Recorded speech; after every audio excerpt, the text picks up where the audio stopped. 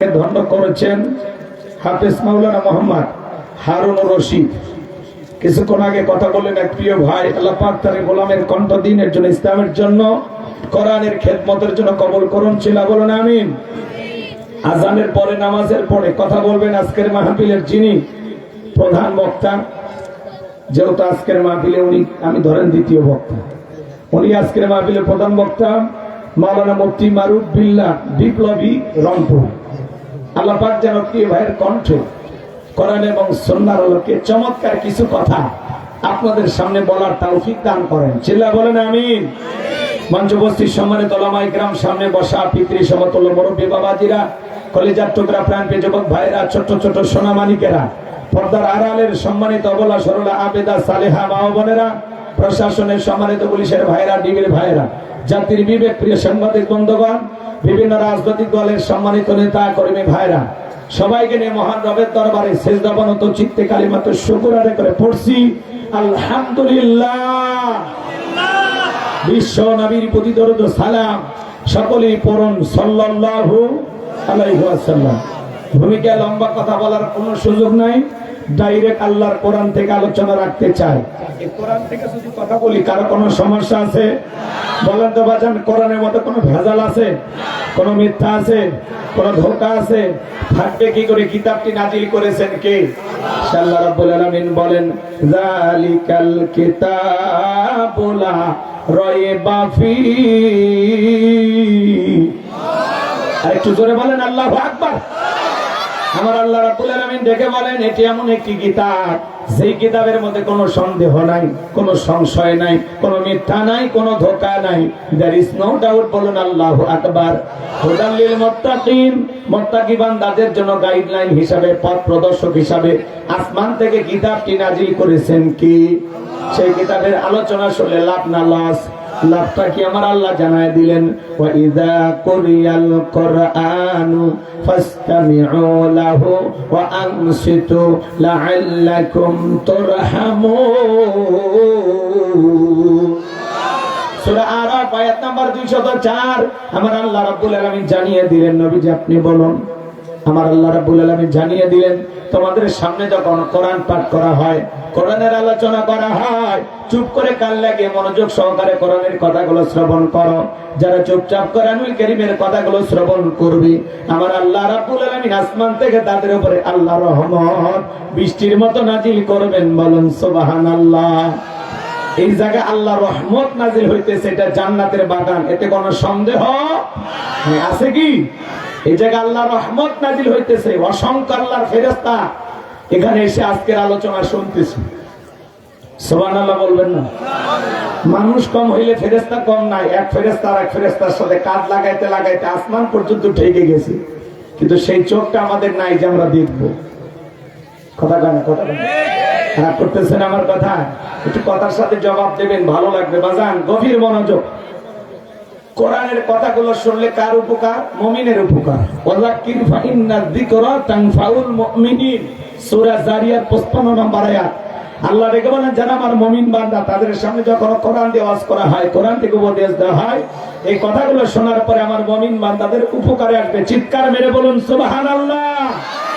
তাহলে কোরআনের কথা শুনলে কার উপকার? মুমিনের উপকার। আপনারা সবাই মুমিন তো?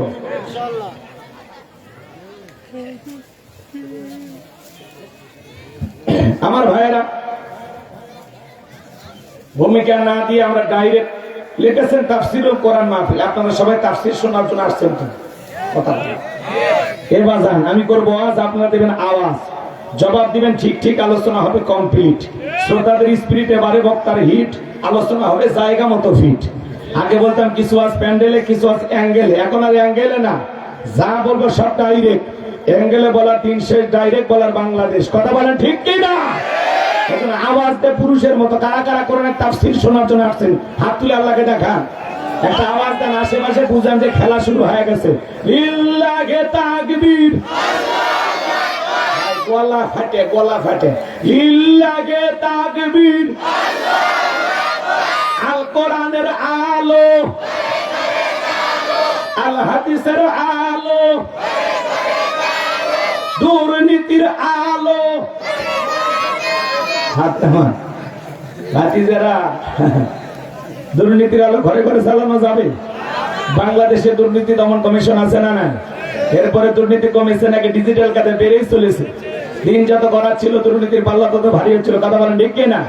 আমরা চাই আমাদের প্রিয় মাতৃ বাংলাদেশ দুর্নীতি মুক্ত আল্লাহ কবুল করুন, চিল্লা বলুন আমিন। আমরা চাই আমাদের বাংলাদেশ মাদক মুক্ত আল্লাহ কবুল করুন, চিল্লা বলুন আমিন। আমরা চাই আমাদের বাংলাদেশ যৌতুক মুক্ত আল্লাহ কবুল করুন, চিল্লা বলুন আমিন। সম্মানিত ভাইরা, আমি কথা বলবো আমি পবিত্র কোরআনুল কারীমের 23 নম্বর সূরা, সূরা নাম্বার 23 বাতিলের হবে সাইজ ইনশাআল্লাহ। বলেন মোট আয়াত আছে 118, রুকু আছে 6টি। বিশ্বনবীর মক্কার জিন্দেগিতে আল্লাহ রাব্বুল আলামিন এই সূরাটি নাযিল করেছেন। সূরাটির নাম সূরা আল মুমিনুন। বলেন কি নাম? জোরে বলেন কি নাম? সূরা আল মুমিনুন। আল্লাহ পাক তার বিশ্বাসী বান্দাদের জন্য সূরা আল মুমিনুন নাযিল করেছেন। যারা হলো কাফের অবিশ্বাসী এদের জন্য আল্লাহ রাব্বুল আলামিন একটি সূরা নাযিল করেছেন। সূরাটির নাম হলো কাফিরুন। কুল ইয়া আইয়ুহাল কাফিরুন। যারা বিশ্বাসী কাফের এদের জন্য আল্লাহ রাব্বুল আলামিন সূরা কাফিরুন নাযিল করেছেন। যারা হলো দুদুল্যমান, দুই নৌকায় পা দিয়ে চলে, মুখে বলে একটা অন্তর আর একটা দুমুখো সাপ, বৃষ্টি যেদিকে ছাতা ধরে সেদিকে গোলালু মার্কা সব তরকারিতে চলে, সুবিধাবাদ জিন্দাবাদ। এদের নাম কি? মুনাফিক। এই মুনাফিকদের জন্য আল্লাহ রাব্বুল আলামিন একটি সূরা নাযিল করেছেন। সূরাটির নাম হলো মুনাফিকুন। কি নাম? মুনাফিকদের চেনা বড় কঠিন। দাড়ি টুপি থাকার পরে মুনাফিক হতে পারে, হজ করার পরে আলহাজ মুনাফিক হতে পারে। নবীর পিছনে নামাজ পড়ে লোকটা যদি মুনাফিক হয়, আপনার আমার পিছনে নামাজ পড়ে তার সাথে বড়টা হবে। কথা কোন ঠিক কিনা? মুনাফিকদের স্বভাব হলো ইসলাম নামের গাছের গোড়া কেটে মাথায় পানি ঢালে। কথা কন? চুপ করে থাক ধোকাবাজ, চোখে তোদের নাহি লাজ। চুপ করে থাক ধোকাবাজ, চোখে তোদের নাহি লাজ। গোড়া কেটে মাথায় ডালো পানি, তোদের চিনি আর কতকাল করবি রে শয়তানি।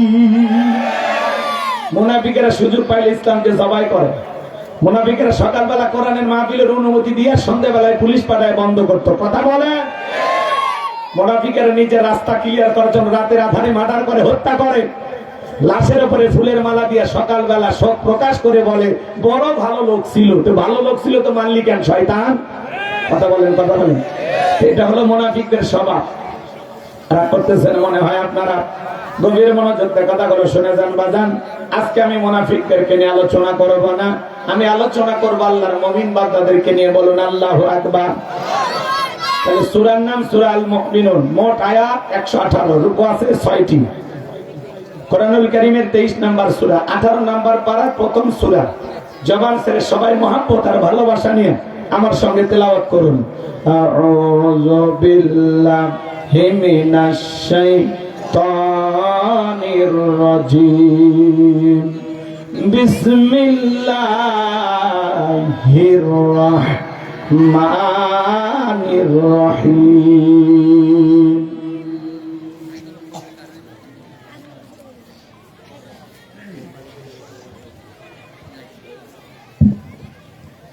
বিতাড়িত মোর্দা শয়তানের কাছ থেকে আল্লাহ পাকের কাছে আশ্রয় প্রার্থনা চাচ্ছি।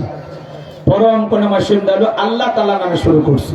যে কোনো আয়াত বা সূরার তাফসীর করতে হলে কোন প্রেক্ষাপটে কোন সময় আল্লাহ তাআলা সেই সূরাটি বা আয়াতটি নাযিল করেছেন, সেই নাযিলের প্রেক্ষাপট জানার দরকার আছে না নাই? আরবিতে বলা হয় শানি নজুল। যদি শানি নজুল আলোচনা করা হয় তাহলে তাফসীর বুঝতে সহজ হয়। কথা বোঝেন নাই? তাহলে বলেন নবীজির উপরে কোন সময় কোন প্রেক্ষাপটে আল্লাহ তাআলা এই সূরাটি নাযিল করেছেন, সেই নাযিলের প্রেক্ষাপট একটু জানার দরকার আছে না নাই? ভাইয়ের কি খুব গরম লাগছে নাকি? ভাই খুব গরম লাগছে? ভাই কাপড় খুলে বসে গেছে।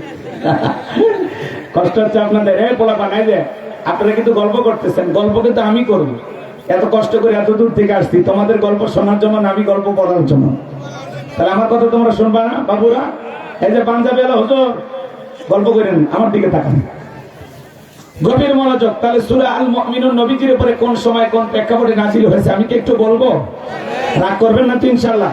তাহলে একটু তাকবীর দেন। লিল্লাহি তাকবীর, আমার ভাইরা, নবীজির প্রিয় সাহাবী হযরত ওমর ফারুক থেকে বলেন, আমি মৌমাছির গুনগুন আওয়াজ শুনলাম। ডানে তাকায় মৌমাছি নাই, বামে তাকায় মৌমাছি নাই। নবীজির চেহারা মোবারকের দিকে তাকায় দেখি নবীজি ফিসফিস করে কি যেন তেলাওয়াত করতেছেন। হযরত ওমর ফারুক থেকে বলেন, আমার বোঝার বাকি রইল না, আসমান থেকে নবীজির উপরে কোরআনুল কারীম নাজিল হচ্ছে, আর বিশ্ব নবী কোরআনুল কারীম রিসিভ করতে ব্যস্ত। বলুন সুবহানাল্লাহ। মৌমাছির গুনগুন আওয়াজ হলে কোরআনুল কারীম নাজিল হয়। দপ্তরি ছুটির ঘন্টায় বাড়ি মারে টন টন আওয়াজ হলে কোরআনুল কারীম নাজিল হয়।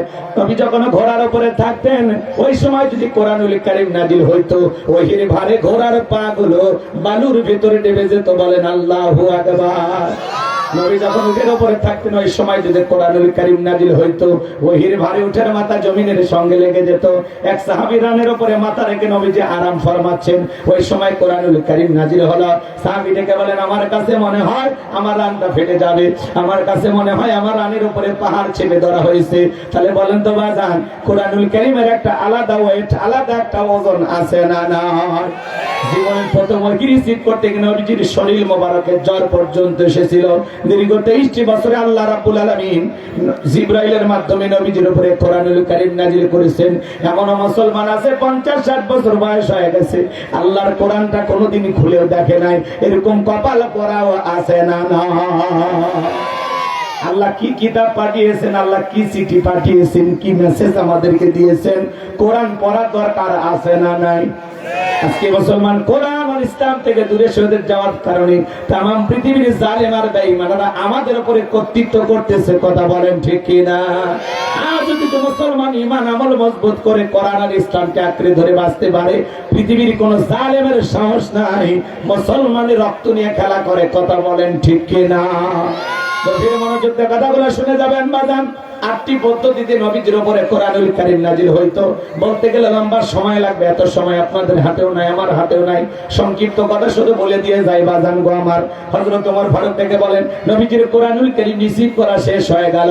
নবী তখন সাহাবায়ে কেরামদের দিকে মুখ করে ডেকে বলেন, আমার সাহাবীরা, এই মাত্র আসমান থেকে জিবরাইল এসে আমার উপরে সূরা আল মুমিনুনের 10টি আয়াত কারিমা নাযিল করে জানা দিয়ে গেলেন, নবী গো, এই 10টি আয়াতের ভিতরে আল্লাহ রাব্বুল আলামিন তার আদরের মুমিন বান্দাদের জন্য 7টি কোয়ালিটি নিয়ে 7টি গুণাবলী নিয়ে আলোচনা করেছেন।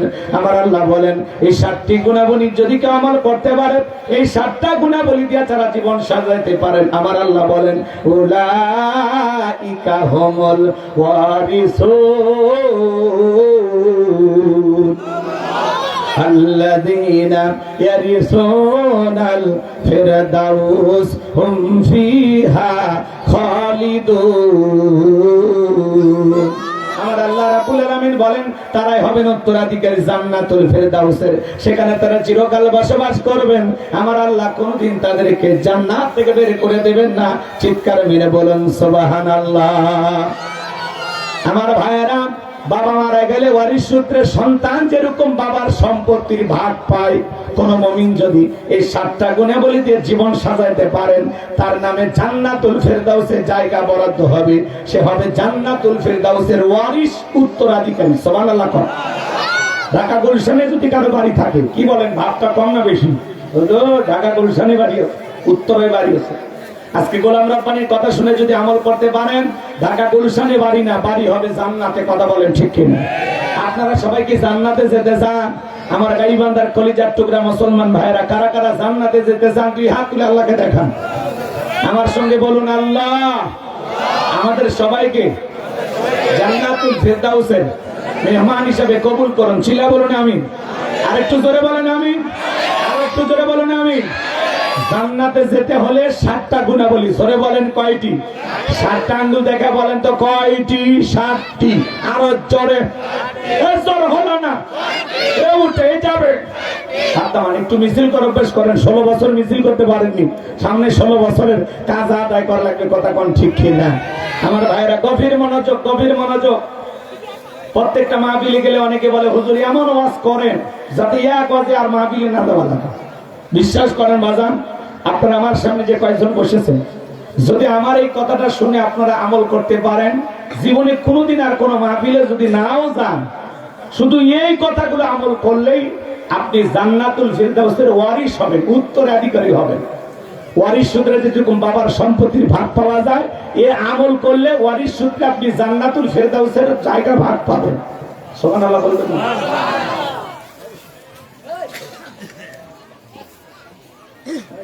আমাদের টার্গেট জান্নাত না জাহান্নাম? সবাই জান্নাতে যেতে চান, তাহলে 7টা গুণাবলী কি একটু জানার দরকার আছে না? না যুবক যারা আসতো নিরাশ হয় না, তোমরা যুবক আমিও যুবক, তোমাদের মনের দুঃখটাকে আমি বুঝি, একটু অপেক্ষা করো, তোমাদের জন্য স্পেশাল কিছু আলোচনা মাথার মেমোরিতে সেভ করা আছে, সময় মতো ডাউনলোড দিয়ে শোনায় দেবো ইনশাআল্লাহ।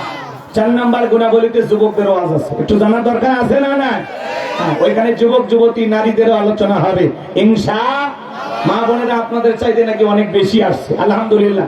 আমার মা বোনদেরকে আল্লাহ কবুল করেন, চিল্লা করেন আমিন। আমার ভাইয়েরা, নবী তখন সাহাবায়ে কিরামদের দিকে মুখ ঘুরাইয়া তিলাওয়াত করে শুনিয়ে দিলেন। আমার আল্লাহ বলেন, ক্বাদ ফালাহাল মুমিনুন। আমার আল্লাহ বলেন অবশ্যই মুমিনেরা সফল, অলরেডি মুমিনেরা সফল। সফল হয়েছে তারা, ঈমান এনেছে যারা। আল্লাহ আকবার। ক্বাদ ফালাহাল মুমিনুন, অবশ্যই মুমিনেরা সফল। সফল হয়েছে তারা, ঈমান এনেছে যারা। আমরা মনে করি ক্ষমতা থাকলে সফল, টাকা থাকলে সফল, যশ খ্যাতি থাকলে সফল, নায়ক সুপারস্টার গায়ক এরা বুঝি সফল। কথা কয় না কেন? বর্তমান পৃথিবীর সবচাইতে ক্ষমতাধর ব্যক্তির নাম কি জানেন? ডোনাল্ড ট্রাম্প, আমেরিকার প্রেসিডেন্ট। আপনাদের এলাকায় একটা বাজারের নাম বলেন তো? গোডাউনের বাজার। গোডাউনের মধ্যে বাজার ঢুকছে? আচ্ছা ঠিক আছে। এই গোডাউনের বাজার, মনে করেন এখানে বাজারে আল্লাহর একজন বান্দা তরি তরকারি বিক্রি করে, সবজি বিক্রেতা।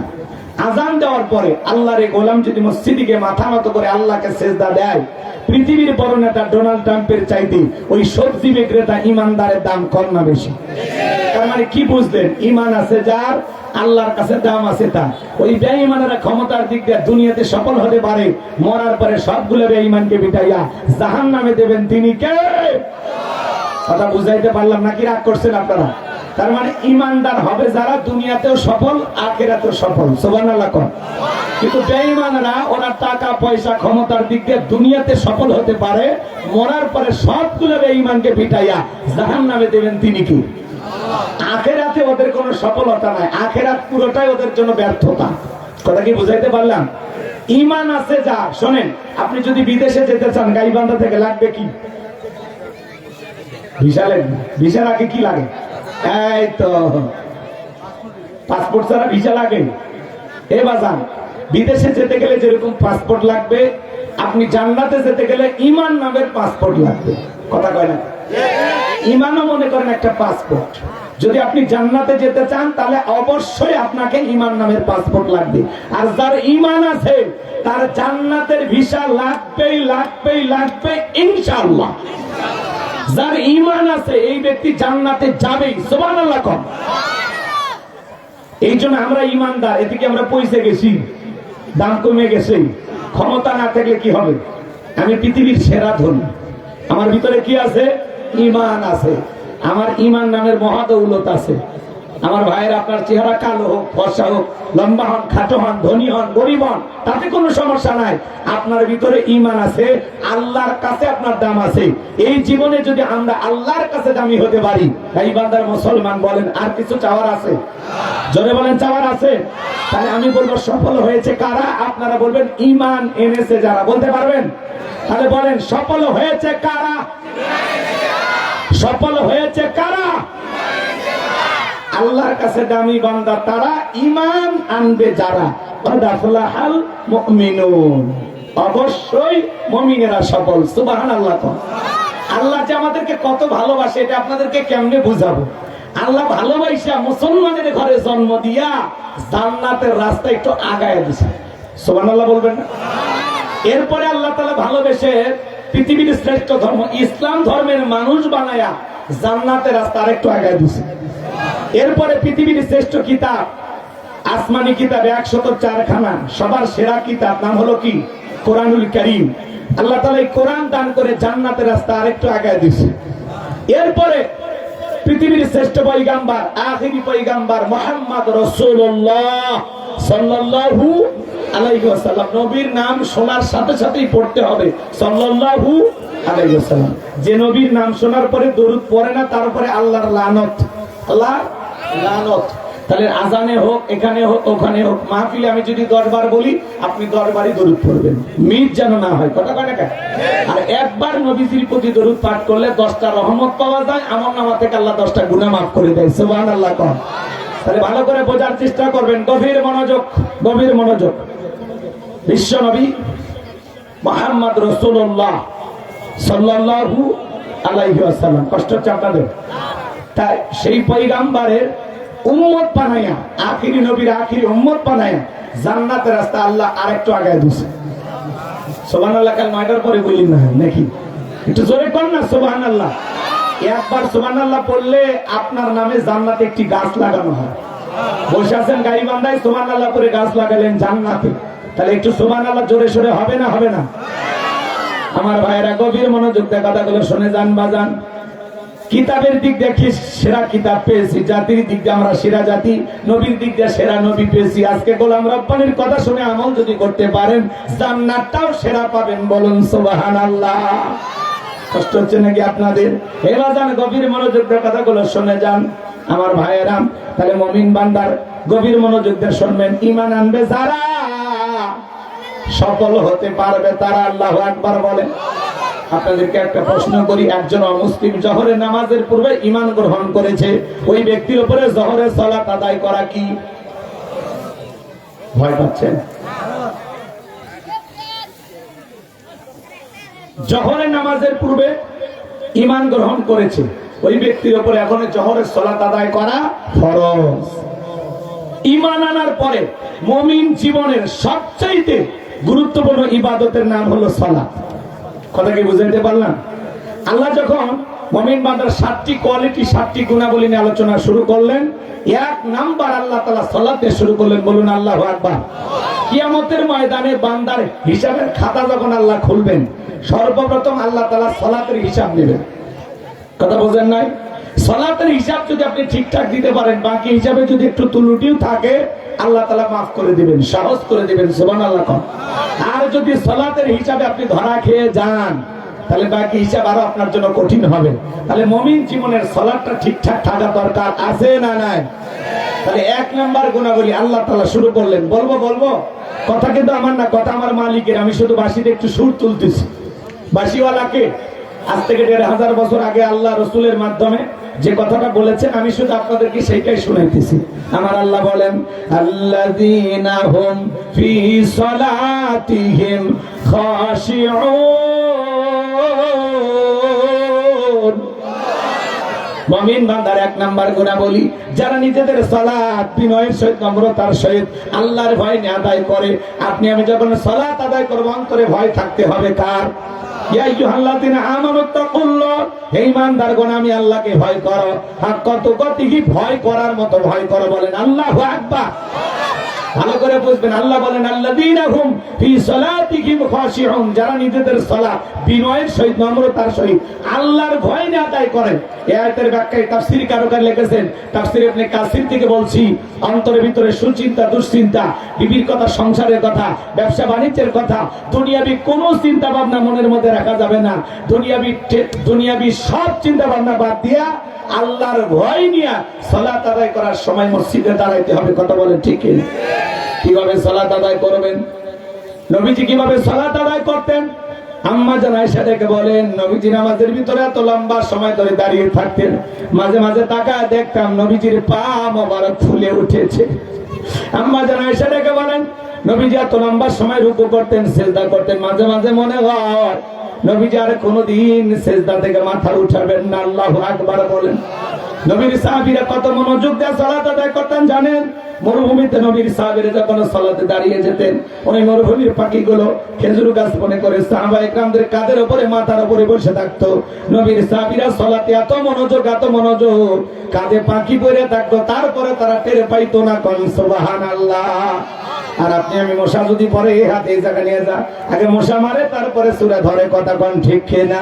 হযরতে তালহা রাদিয়াল্লাহু তাআলা সালাত আদায় করতেছিলেন, ছেলেটা খেলা করতেছিল, জঙ্গল থেকে সাপ এসে সন্তানকে পেঁচিয়ে ধরেছেন। স্ত্রী মানুষজনকে ডাকলেন, ছেলেটাকে বিপদ মুক্ত করলেন। হযরত তালহা নামাজ শেষে জিজ্ঞাসা করলেন, বিবি রে, বাড়িতে এত মানুষজন, ব্যাপারটা বুঝতে পারলাম না। এই বলা মানে এই গল্প করতে নিষেধ করলাম না, কি শুরু করছি? গল্প করে না বাবু, এই শোনো, এই এদিক ঘুরে বসো, চুপচাপ থাক, আশেপাশে কথা বলা যাবে একটু, কষ্ট হচ্ছে আপনাদের। হযরতে তালহার স্ত্রী ডেকে বলে, স্বামী আপনি যখন নামাজ আদায় করতেছিলেন, জঙ্গল থেকে সাপ এসে সন্তানটাকে পেঁচিয়ে ধরেছিল, আমি মানুষজনকে ডাকলাম, ছেলেটাকে বিপদ মুক্ত করলাম, এত ঘটনা আপনার চোখের সামনে ঘটে গেল, আপনি কি সুইটের পান নাই? হযরতে তালহা ডেকে বলেন, বিবি রে, নামাজের মধ্যে মন যদি এদিক সেদিক চলে যায়, তাহলে নামাজ তো আর নামাজ থাকে না। বলেন আল্লাহু আকবার। তাহলে সাহাবায়ে কিরামদের সালাতে কত মনোযোগ, আর আপনি নামাজ পড়েন গাইবান্ধা মন চলে যায় হাতিবান্ধা, কথা কয় না। নামাজ পড়ে বগুড়া মন চলে যায় মাগুরা, আছে না না? নামাজ পড়ে কুপতলা মন চলে যায় পশ্চিম তলা, আছে না না? নামাজের মধ্যে দাঁড়াইয়া দুনিয়াবি এত চিন্তা মনে হয়, মাঝে মাঝে দুনিয়াবি এত কথা নামাজের মধ্যে মনে হয়, নামাজ 2 রাকাত না 3 রাকাত মনে থাকে না। মাঝে মাঝে দুনিয়াবি এত কথা নামাজের মধ্যে মনে হয়, নামাজের সিজদা 2টা দিলাম না 3টা দিলাম তাও মনে থাকে না। এরকম হয় কিনা বলেন? একটি গবেষণায় বলা হয়েছে, বাংলাদেশের নামাজিদের কিছু কিছু নামাজিদের মন 8 সেকেন্ডও নামাজে স্থির থাকে না। আমাদের মন এত অস্থির, এত উতলা, কথা কয়। আমাদের পাগল মন খালি ছটফট করে। এখন গোলাম রব্বানি কইলেই দোষ, বলবো? রাগ করবেন না। পাগল মোহন মন রে, মন কেন উল্টো পাল্টা বলে, ও পাগল মন মন রে, মন কেন মসজিদে না যায় রে, আল্লাহ রে কোন দুনিয়ায় পাঠাই লাই আমারে। বর্তমানের নারী পুরুষ সমান সমান মাপ, লম্বা চুল কাটিয়া আবার মাথায় লাগাই ক্যাপ, আল্লাহ রে কোন জামানায় পাঠাই লাই আমারে। হিন্দি গানের টান মারিয়া রাস্তা হাইটা যায়, আবার কারো সুরে সুরে বুকটা ফাইটা যায়, আল্লাহ রে কোন দুনিয়ায় পাঠাই লাই আমারে। জিন্সের প্যান্ট শার্ট পরিয়া রাস্তা হাইটা যায়, ফুলানা মাইয়া ওইটা সেনা বড় দাই, আছে না না? আছে না না? কানে পড়ছে টুল, কপালে পড়ছে টিপ, কাছে যদি বলেন বিলকিস আবা কয় না আমি আবু, আছে না না? বুখারী শরীফের হাদিস, আল্লাহ রাসূল বলেছেন, কোন পুরুষ যদি নারীর বেশ ধারণ করে আর কোন নারী যদি পুরুষের বেশ ধারণ করে, আল্লাহর লানত তাদের উপরে। কথা বলেন ঠিক কি না? এদেশে পোশাকের এত স্বাধীনতা আছে, এরপরে এক শ্রেণীর মা বোনেরা বিশ্ববিদ্যালয়ে লাফায়ার কয় পোশাকের স্বাধীনতা চাই। কেমন স্বাধীনতা? বলে ব্লাউজ ছাড়া শাড়ি পরতে চাই। আপত্তি করি নাই, করছি আপত্তি? কথা কয় না গো। কেন ব্লাউজ ছাড়া শাড়ি পরবে? কয় আগেকার দাদি নানিরা পরেছিল, আমরাও পরতেছি। আগেকার দাদি নানির তুলনা দেন। আগেকার দাদি নানিরা পুরুষের কণ্ঠের আওয়াজ পাইলে ঘরের কোনায় লুকাইতো। এই কথা কন না কেন? আর এখনকার মা বোনেরা পুরুষের কণ্ঠের আওয়াজ পাইলে বাড়ির গেট খুলে দরজা খুলে গল্প শুরু করে, কে আপনি? বাদশার কাছে আছেন? বাদশা তো আমারই স্বামী, কিছু বলবেন? আমাকে বলা যায় না। কি এমন কথা ভাইয়া? কি সুর! আসেন চেয়ারটাতে এক কাপ চা খেয়ে যান, আমি কিন্তু ভালো চা বানাইতে পারি, আছে না? এমন কায়দায় বাড়ির ভিতরে ডাকতেছে মনে হয় মায়ের পেটের ভাই। এই মহিলা, এই অপরিচিত পুরুষের সাথে কথা বলা, দেখা করা জায়েজ আছে? জায়েজ আছে? বলছেই না। কথা বলেন। গাইবান্ধায় এরকম নাই, কিন্তু এলে ভারতে চলতেছে না, এ দেশে শুরু হয়নি। গাইবান্ধার নারীরা জান্নাতি নারী, সব জান্নাত থেকে পালিয়ে আসছে, এরা কিচ্ছু বোঝে না। রাগ করতেছেন নাকি? বলে তো বাজান, বাড়ির দুয়ারে যদি এরকম অপরিচিত কোন পুরুষ আসে, দেখা করা যাবে? কথা বলা যাবে? যদি বারবার দরজায় ডাকে, বাড়িতে আওয়াজ দেওয়ার জবাব দেওয়ার কোন লোকই যদি না থাকে, তাহলে ভিতর থেকে আওয়াজ দেন, বাড়িতে খুঁজে নেন, সব ঝামেলা বাড়ির উপর আসে। এমন ভাবে আওয়াজ দেন, কর্কশ ভাষা, যাতে ওই লোক কয় বাপরে বাপ এটা মহিলা না আজরাইল। কথা বলছেন নাই? কিন্তু মায়াবী সুর, মধুর কণ্ঠে, নরম সুরে চা খেয়ে যা বলা যাবে। রাগ করতেছেন নাকি আপনারা? গভীর মনোযোগ দিয়ে কথা শুনে যান বাজান। এই নারীরা পোশাকের স্বাধীনতার নামে ব্লাউজ ছাড়া শাড়ি পরতে চায়। আগেকার দাদি নারীরা অভাবের কারণে হোক আর গরমের কারণে হোক, ওরা শাড়ি পইরা কি বিশ্ব রোডে যা আন্দোলন করে বলেছিল, আমি তোমার দাদি দেখে যাও শাড়ি পরেছি? কোন দাদি বলছে? বলছে? লাফাইছে? তাহলে তোমরা লাফাও কা? এরা ব্লাউজ ছাড়া শাড়ি পরছে এমন কায়দায় চাচা পুরো পিঠটা ফাঁকা রাখছে, মনে হয় ওই জায়গায় আর্জেন্টিনার ব্রাজিলের ফাইনাল ম্যাচ হবে। কথা ঘর না কা? আগেকার দাদি নানিরা ব্লাউজ তারা শাড়ি পরে পুরো শাড়িতে পুরো দেহ রাখছে। আর দাদি নানির যে ঘোমটা, চেহারা দেখা দূরের কথা, থুতনিও দেখা পায়নি। রাগ করছেন আপনারা? দাদি নানির তুলনা দেয়। তার মানে এরা পোশাকের স্বাধীনতার নামে এদেশে অশ্লীলতাকে প্রমোট করতে চায়। এরা হলো বেহায়া, অসভ্য, অভদ্র। এদের ভালো ফ্যামিলিতে জন্ম হয়নি, এরা দুর্ঘটনায় জন্ম হয়েছে। কথাগণ ঠিক কিনা? এই জন্য এই সমস্ত নারীদেরকে আমরা পরিষ্কার ভাবে বলে দিয়েছি, যদি পারো পাসপোর্ট ভিসা লাগায় ওই দেশে যাও যে দেশে পোশাক ছাড়া মানুষ বসবাস করে। কারণ এটা 95% মুসলমানের দেশে। অশ্লীলতা চলবে না, বেহাপানা উলঙ্গপানা চলবে না। এই দেশে থাকতে হলে পর্দা মেনে চলতে হবে। কোন সম্ভ্রান্ত ভদ্র ফ্যামিলির মেয়ে বোরকা ছাড়া বাহিরে যেতে পারে? যে নারীর ভিতরে লজ্জা আছে, শরম আছে, আল্লাহর ভয় আছে, পরকালের ভয় আছে, ওই নারী কখনো বেপরদায় বাহিরে যেতে পারে?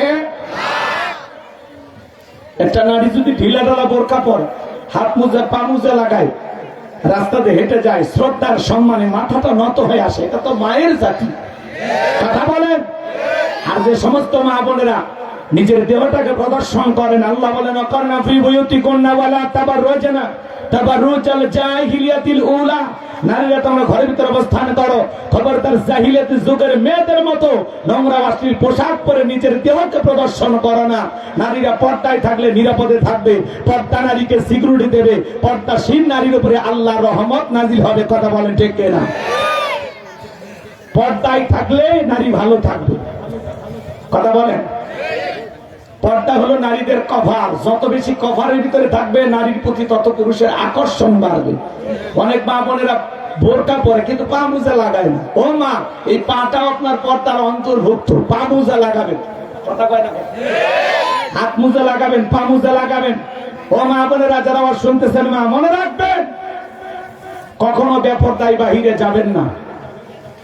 আপনার রূপ সৌন্দর্য পৃথিবীর কাউকে দেখাবেন না। শুধু দেখবে একজন, তার নাম স্বামী, যেটা আপনার মামলার আসামি। কথা কয় না? রাগ করতেছেন নাকি? আমার মা বোন যারা বসে আছেন, মা মেহেরবানি করে বাহিরে কখনো বেপরদায় ঘোরাফেরা করবেন না। আল্লাহ যেন আমার মা বোনদের হেদায়েত দান করে। যে সমস্ত মা বোনেরা পা খোলা রাখে, চোখ খোলা রাখে, আপনি কি মনে করেন এই যে চেহারা সৌন্দর্য যে খুলে রাখছেন, আপনার দুইটা চোখ দেখে তো একটা ছেলে রাতের ঘুম হারাম হইতে পারে। এই জন্য মা, আপনাদের পা থেকে মাথা পর্যন্ত পুরোটা দেহের ভিতরে আল্লাহ পুরুষের জন্য একটা আলাদা আকর্ষণ তৈরি করে দিয়েছে। বিদায় নিজেকে যত্ন রাখেন, ঢেকে রাখেন, এতে আপনার সম্মান মর্যাদা ঠিক থাকবে। আল্লাহ আমার মা বোনদের হেদায়েত দান করেন। চিল্লা এখন আমিন। আর যে সমস্ত মা বোনেরা ঢিলা ঢালা পোশাক পরে না, খোলামেলা পোশাক পরে বোরকা সারা রং ঢং করে সাজে, আসলে ওদের ভিতরে লজ্জা নাই। যে নারী নিজেকে বেপরদায় ঘোরাফেরা করে, ওই নারীর ভিতরে কোনো লজ্জাই নাই, শরমই নাই। এটা একটা বেহায়া, বেহায়া। কথা কয় না? ও নিজেও জানে না যে ওর কোনো দাম ওর কাছে না। আল্লাহ যেন মা বোনদেরকে এই চরম দেহাপনা থেকে ফিরে আসার তৌফিক দান করেন। জোরে কোন আমিন। তাহলে ভাইরা আমার, নামাজের ভিতরে আমাদের মন খালি ছটফট করে। কথা কন? এক চাচামি এত তারা ঘুরে করে উজু করছে, এক ঠ্যাং না ধুয়ে মসজিদে ঢুকছে, তাই সালা মসজিদ পিছলে খায়, চাচা একদিক লঙ্গি একদিক, তাও কা আল্লাহু আকবার। মানুষকে চাচা আগে লঙ্গি ঠিক করেন, পাই না আগে জামাত ধরি। এরকম আছে না নাই? এ বাজান গো আমার, এই জায়গা আল্লাহ কত সুন্দর করে বললেন, আল্লাযীনা হুম ফি সালাতিহিম খাশিউন। যারা নিজেদের সালাত বিনয়ের সহিত, নম্রতার সহিত, আল্লাহর ভয় নিয়ে আদায় করে। গভীর মনোযোগ দিয়ে শোনাবেন। একটা রাষ্ট্রপতি, প্রধানমন্ত্রীর সামনে যদি আপনি যান, কি করবেন? দাড়ি চুলকাবেন, মোবাইল টিপবেন, কি করবেন? কথা আদব নিয়ে, ঠিক আছে, নম্র ভদ্র বিনয়ী হয়ে দাঁড়াবেন, যাতে রাষ্ট্রপতি প্রধানমন্ত্রীর সাথে বেয়াদবি যেন না হয়। একটা রাষ্ট্রপতি প্রধানমন্ত্রীর সামনে যতটা আদব আর ভদ্রতা নিয়ে দাঁড়াবেন, তার চাইতে কোটি কোটি গুণ বেশি নম্র ভদ্র বিনয়ী হয়ে সালাতের সময় দাঁড়াইতে হবে। কথা বলেন। আপনি যখন সালাত আদায় করবেন, মনে মনে খেয়াল করবেন, আমি নামাজ আদায় করতেছি, আমার আল্লাহ আমাকে দেখতেছে। আপনি নামাজে দাঁড়িয়ে যাবেন, মনে মনে খেয়াল করবেন, আমি নামাজ আদায় করতেছি, আমার আল্লাহ আমার সামনেই দাঁড়িয়ে আছেন। এরকম নম্র ভদ্র হয়ে দাঁড়াতে হবে। আপনি নামাজে দাঁড়ায় দাঁড়িয়ে চুলকান, লুঙ্গি ঠিক করেন, চাচা এত লুঙ্গি খুলে যায়, রশি বাঁধতেন, রশি। নামাজ পড়তে পড়তে ফোন রিসিভ করে বলে, হ্যালো নামাজে আছি, 2 রাকাত চলতেছে। এরকম ডিজিটাল মুসলমানও আছে না? নামাজের মধ্যে তারা এদিক ওদিক তাকায়, মনোযোগী না। মসজিদের সাথে ফ্যান কয়টা কোন আছে? ট্যাপে যদি অজু কেউ ছাড়ে পানি অজু করতেছে, দেখা হয় তাকে কেউ অজুখানায় অজু করে। এরকম মুসলমানও আছে না? বয়স হয়ে গেছে, তাও নামাজের ভিতরে চোখ ঠিক হয়নি। বিনয় নম্রতার সহিত আল্লাহর ভয় নিয়ে নামাজে দাঁড়া। একটা ফাঁসির আসামিকে যদি বলা হয় রাত 10টা বাজে 12টায় তোমার ফাঁসি, লোকটা যদি ইমানদার হয় অবশ্যই 2 রাকাত নামাজ আদায় করবে। ফাঁসির আসামি যেরকম জীবনের শেষ মনে কইরা 2 রাকাত নামাজ আদায় করে, আপনি জোহরের সালাত আদায় করবেন আর মনে মনে খেয়াল করবেন, এই জোহরের নামাজ আমার জীবনের শেষ নামাজ, আমি আসর পর্যন্ত নাও বাঁচতে পারি। কথা বলেন।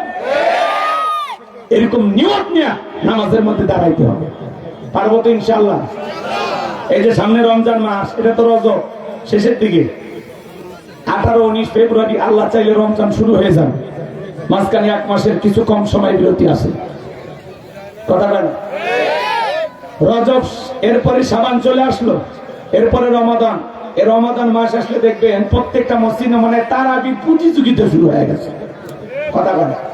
প্রথম দিনে তো মসজিদে জায়গাই নাই, বারান্দা তো জায়গা নাই, রাস্তার উপর দাঁড়িয়ে শর্ট পাড়িয়ে নামাজ, এত মুসল্লি, হঠাৎ মসজিদ ভরে গেছে। কথা কয় না গো? বাপরে বাপ, মসজিদ ভরে গেছে। 1 সপ্তাহ পরে বাহিরের কাতার শেষ, বারান্দার কাতার শেষ, আস্তে আস্তে ঘরের কাতার খাওয়া শুরু। ওই আগে 3-4 কাতার, 2-1 কাতার, ওই শুরু হয়ে গেল নামাজ। এই হঠাৎ মুসল্লির জন্য হুজুর কি করে, 20 টাকা 20 মিনিটে পড়ায়, তাও জানেলে টিকে থাকে। কিন্তু হুজুর তো জানে না এই লোক ছাই দিয়েও ধরা যাবে না। কথা কয় না কে? এরা 1 সপ্তাহের মুসলমান। কয় সপ্তাহ? 1 সপ্তাহ। হঠাৎ করে 1 সপ্তাহ তারাবি পড়ে আর খবর নাই। ঠিক লাইলাতুল কদরে এ কয়দিন মিস করলে ওই দিন মিস নেই। বাপ রে বাপ, 27-এর রাত, আজকে পবিত্র রাত, 1 রাত ইবাদত করলে বাপ রে বাপ জীবনের সব গুনাহ মাফ। এরকম একটা ভাব নিয়ে সব আসে। কথা বলা এরকম মুসলমান আছে না নাই? এই বাজান তারাবি মানে তাড়াতাড়ি না, ধীরস্থির ভাবে পড়তে হবে।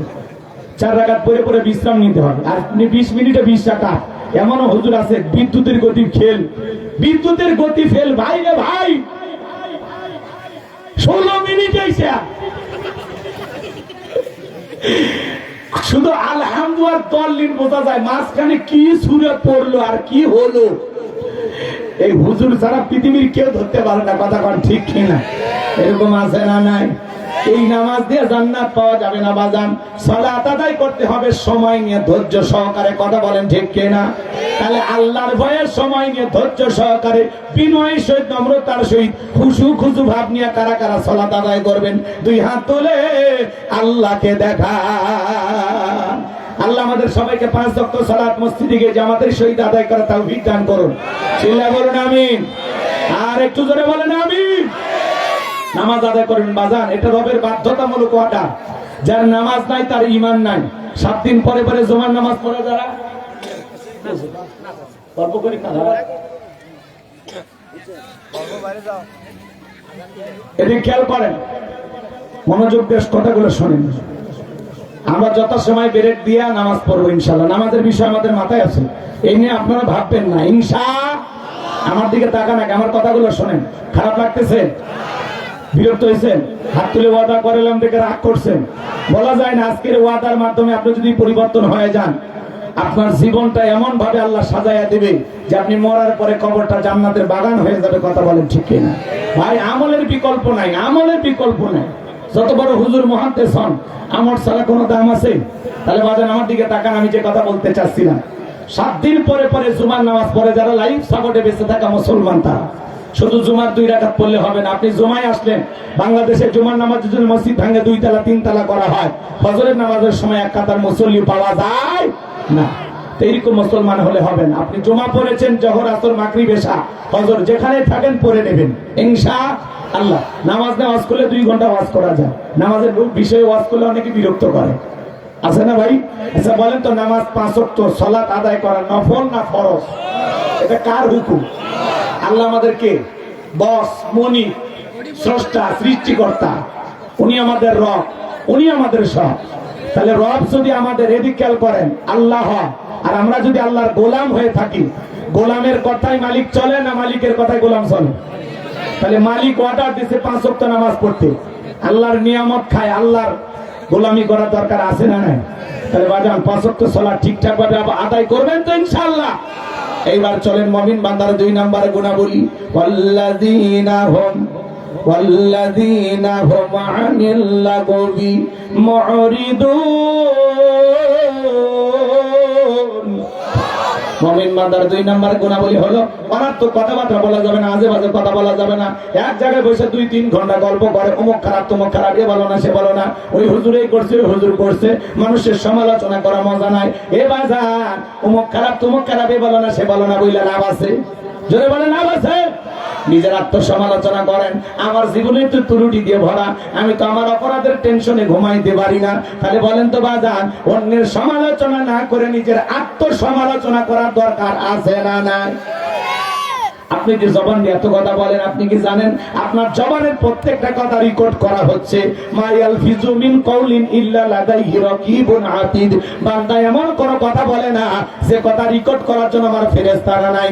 আপনার জবানের প্রত্যেকটা কথার হিসাব একদিন আল্লাহর কাছে দেওয়া লাগবে। ও চাচা, ভাই, চা খাচ্ছেন খান, এত গল্প কে, টকশো কে? চুপ করেন না। মাংস মাতা নাজাত, চুপ থাকলে নাজাত পাবেন।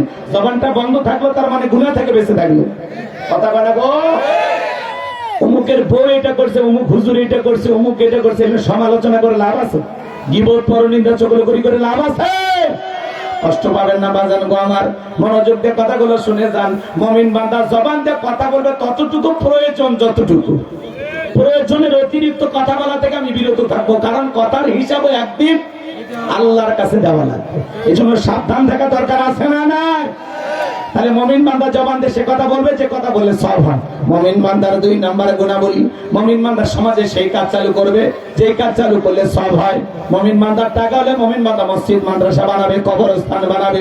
মুমিন বান্দা সিনেমা হল বানাবে না, যাত্রা গানের আয়োজন করবে না, গানের কনসার্ট দেবে না, মদের বার দেবে না। মুমিনের টাকা হলে রাস্তার মোড়ে মোড়ে ভাস্কর্য বানাবে না। কথা কর। বিগত 16 বছরে যারা ক্ষমতায় ছিল, রাস্তার মোড়ে মোড়ে 4,500 কোটি টাকা খরচ করে ভাস্কর্য বানাইছিল। কথা বলে, যে দেশের মানুষ ডাস্টবিনের খাবার কুড়ে খায়, রেল স্টেশনে মাথার তলে ইট দিয়ে ঘুমায়, যে দেশে হাজার হাজার বেকার যুবক, লক্ষ লক্ষ বেকার যুবক, ওই টাকাগুলো দিয়ে যদি মসজিদ মাদ্রাসা বানাইতেন, বেকার যুবকদের কর্মস্থানের ব্যবস্থা করে দিতেন, এখানে ফস করে নিয়ে চলে যাবো, তখন বলেন বলেন তো, সেই দেশে কি এই ভাস্কর্য বানানোর দরকার আছে? এই ভাস্কর্য বানাইলে সব না গুনাহ? এই কথা বল না আপনারা। এই যে ভাস্কর্য বানাইছিল ওনার বাবা, ভাস্কর্য বানায় কি লাভ হয়েছে? 5 আগস্টে ভাস্কর্যের মাথার উপর উঠে মানুষ পেশাব করে দিচ্ছে। ওই ভাস্কর্যের মাথা ভাঙ্গে পুকুরে চুপাইছে। কথা বল। এতে ওনার বাবার সম্মান কমছে না বাড়ছে? কি মা আর কি মি, এটা কাম করছেন আপনি? 4,500 কোটি টাকা, পাহাড় পাহাড় হবে ওই টাকা, দেখতেন 4,500 কোটি টাকা ভাস্কর্য বানাচ্ছে সারা দেশ। খালি বঙ্গবন্ধু কি বানাচ্ছে? ভাস্কর্য। কথা কন না আপনারা? তা করছেন আপনারা? দেয়নি, দেশটার 6 লাখ করছে, দুর্নীতি করে কোটি কোটি টাকা বিদেশে পাচার করে সব রেখে ভাগ্যে চলে গেছে। এই দুপুর বেলা, আজকের মতো দুপুর বেলা, কথা কটাকে রান্না করা ভাত ভাগ্যে খাওয়া জটিল। ক্ষমতার চেয়ারে পেলে গেছে, আজকে ক্ষমতার চেয়ার ফাঁকা। কথা যায় না পর দেখা, ক্ষমতার চেয়ার ফাঁকা। মাঝে মাঝে মিস কল দেয়, দেশের কাছে এসে শর্ট করে ঢুকবো, তো ঢুকবেন তো বের হলেন কে? আর ঢুকলে তাড়াতাড়ি আসেন, যে দিকটা মন চায় আসেন। কথা কয় না? আমি কি বলবো? বুবু আইবা তুমি আইবা গো, সেই দিন আইসা বুবু ক্ষমতা পাইবা না। খোঁজ নাই বহবো কাদের কাকার, অবস্থা খারাপ তোর বেজে বাবার, হাও না গেলা কোন সামনেও আসে না। নেতা কর্মী সব জেলের ভিতর, বুবু আছে টরের ওপর, কখন জানি আসে গ্রেপ্তারি পরোয়ানা। বুবু আইবা তুমি আইবা গো, সেই দিন আইসা বুবু চিয়ার পাইবা না। ক্ষমতার চেয়ার থেকে নামার সাহস, কিন্তু ওই চেয়ারে ওঠা কঠিন। কথা বলে ঠিক না? বাংলাদেশে এতে খেয়াল করে, এদেশের মানুষকে বিপদে ফেলে আপনি চলে যাবেন, আর দেশের মানুষ আপনাকে ভালোবাসা দেবে। ভুলে গেছে আপনার কথা, আপনি ভারতে গেছেন, ভালো থাকেন। পৃথিবীর কোন মুসলিম রাষ্ট্রেও তো গেলেন না। কথা বলেন, অন্তত সৌদি আরব গেলে তো ওমরা করে তওবা তাকে তা পড়তে পারতেন। এমন এক দেশে গেছেন, কি যে করতেছেন আমরা তো জানি না। রাগ করতেছেন নাকি আপনারা? তাহলে মমিন বান্দা, টাকা হলে মমিন বান্দা ভাস্কর্য বানাবে না, এগুলো ইহুদি বেঈমানদের কালচার। কথা কয়, মুসলমান কখনো ভাস্কর্য মূর্তি বানাইতে পারে না। মুসলমান মসজিদ মাদ্রাসা কবরস্থান বানাবে। কথা বলেন, মুসলমানের টাকা ভালো কাজে ব্যয় হবে। রাস্তার মধ্যে ফলের গাছ লাগিয়ে দেবে, পুকুরের ঘাট বানায় দেবে। মুমিনের টাকা ভালো কাজে ব্যয় হবে, যেই পথে ব্যয় করলে সব পাওয়া যায়। কথা ক্লিয়ার? মুমিন বান্দার 2 নাম্বার গুণা বলি, অনার্থক জিনিস কান দিয়ে শ্রবণ করা যাবে না। কথা বলেন, কান দিয়ে অনার্থক জিনিস শ্রবণ করা যাবে না। যুবকরা কানের ভিতরে ইয়ারফোন লাগায় গান শোনো, রূপবানি নাচে কমর দোলাইয়া, আল্লাহর ফেরেশতারা কবরে নিয়ে পিটাবে ঝোলাইয়া ঝোলাইয়া। আল্লাহ কান গান শোনার জন্য দেয় নাই। হক্কানে উলামা ইকরামদের বয়ান শুনতে হবে, ইসলামী সঙ্গীত শুনতে হবে, কোরআন তিলাওয়াত শ্রবণ করতে হবে। কান দিয়ে ভালো ভালো কথা শ্রবণ করার দরকার আছে না নাই? তাহলে মুমিন বান্দার 2 নাম্বার গুনাহ বলি, জবান দিয়ে সে কথা বলবে যে কথা বলে সব হয়, সমাজে সেই কাজ চালু করবে যে কাজ চালু করলে সব হয়, কান দিয়ে সেইটা শ্রবণ করবে যেইটা শুনলে সব হয়। এক কথায় সব আছে যেখানে, জোরে বলেন, সব আছে যেখানে, আর গুনাহ আছে যেখানে। মন্দ কথা বলবো না, মন্দ কাজ করব না, মন্দটা শুনবো না, ভালো কথা বলবো, ভালো কাজ করব, ভালোটা শুনবো। কথা ক্লিয়ার? এবার 3 নাম্বার, যুবক রেডি হয়, এরপরই চান। আল্লাহু আকবার কর। 3 নাম্বার গুনাহ বলি, ওয়াল্লাযীনা হুম লিয-যাকাতি ফাঈলুন। মুমিন বান্দার 3 নাম্বার গুনাহ বলি, আল্লাহ যদি মুমিন বান্দাকে নিসাব পরিমাণে সম্পদের মালিক বানায় দেয়, মুমিন বান্দাকে আল্লাহ যদি ধনী বানায় দেয়, মুমিন বান্দার সক্রিয়ভাবে হিসাব করে করে বছরে কয় লাখ টাকার কয় হাজার টাকা যাকাত আসবে, কয় কোটি টাকার কয় লাখ টাকা যাকাত আসবে, মুমিন বান্দার সক্রিয়ভাবে হিসাব করে করে বছরে যাকাত দেবে কার ভয়ে? যাকাত দেওয়া নফল না ফরজ? নামাজ আদায় করা যেমনি ফরজ, যাকাত দেওয়া তেমনি ফরজ। যাকাত আসছে দারিদ্রতা বিমোচন করার জন্য, অভাব মুক্ত সমাজ রাষ্ট্র দেশ গড়ার জন্য। যাকাত আসছে রাস্তার এই পারে 10 তালা এই পারে গাছতলা, তার ব্যবধানকে দূর করার জন্য। যাকাত আসছে পথে পড়ে থাকা অসহায় মানুষের অধিকার প্রতিষ্ঠিত করে তাদের মুখে হাসি ফোটানোর জন্য। বলেন আল্লাহু আকবার। বাংলাদেশের অর্থনীতি যাকাত ভিত্তিক না সুদ ভিত্তিক? জোরে পায়, সুদ ভিত্তিক। জোরে বলেন কি? তাহলে সুদ হালাল না হারাম? আচ্ছা, হারাম অর্থনীতি দিয়া কোন নেতা কি বাংলাদেশকে দারিদ্র মুক্ত করতে পারবে?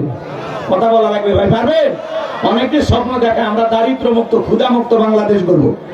আপনার যদি এইটা স্লোগান হয় দারিদ্র মুক্ত ক্ষুধা মুক্ত বাংলাদেশ গড়বেন, তাহলে যাকাত ভিত্তিক অর্থনীতি চালু করে এই সুদ ভিত্তিক অর্থনীতিকে ডাস্টবিনে নিক্ষেপ করে।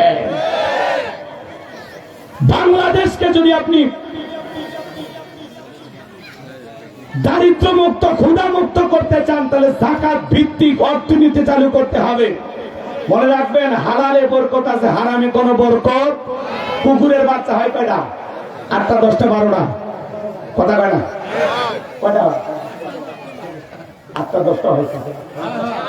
দেখেন কি আচ্ছা হোক 7-8টা হয় নাকি চাচা করছে 4-5টা হয় আমি দেখছি আমি শুনেছি 18টা 20টা বলে হয় আচ্ছা হোক ওটা শোনা কথা দেখিনি তো আচ্ছা ধরে নেন 8-10টা হয় নাকি কম এটা তো হয় নাকি আচ্ছা বলেন বাসুর গাভী বাসুর দেয় কটা একটা কথা বলে না আরে হঠাৎ দুটো হঠাৎ বিরল ঘটনা অলৌকিক ঘটনা ঝিনাইদহ একজনের হচ্ছে একসাথে 3টে বাছুর হচ্ছে চাচা সেই খুশি 58,000 টাকা দিয়ে গরু কিনে নিয়েছি 3টে বাছুর হচ্ছে চাচার মনে করেন ঈদ পেতে গেছে ঈদ কথা কয় না কেন 58,000 টাকার গরু 3টে বাছুর হচ্ছে বাছুরের দাম হচ্ছে 1 লাখ 3টে বাছুর কথা কয় না কেন এখন গেলে হাত পের পারলে 30-40-এর নিচে গরু আছে ভাই তাহলে চাচার ঈদের দিন বেঁচে যায়নি শোনে আমি যে কথা বলতে চাচ্ছিলাম প্রত্যেক দিন বাংলাদেশে হাজার হাজার গরু জবাই হয়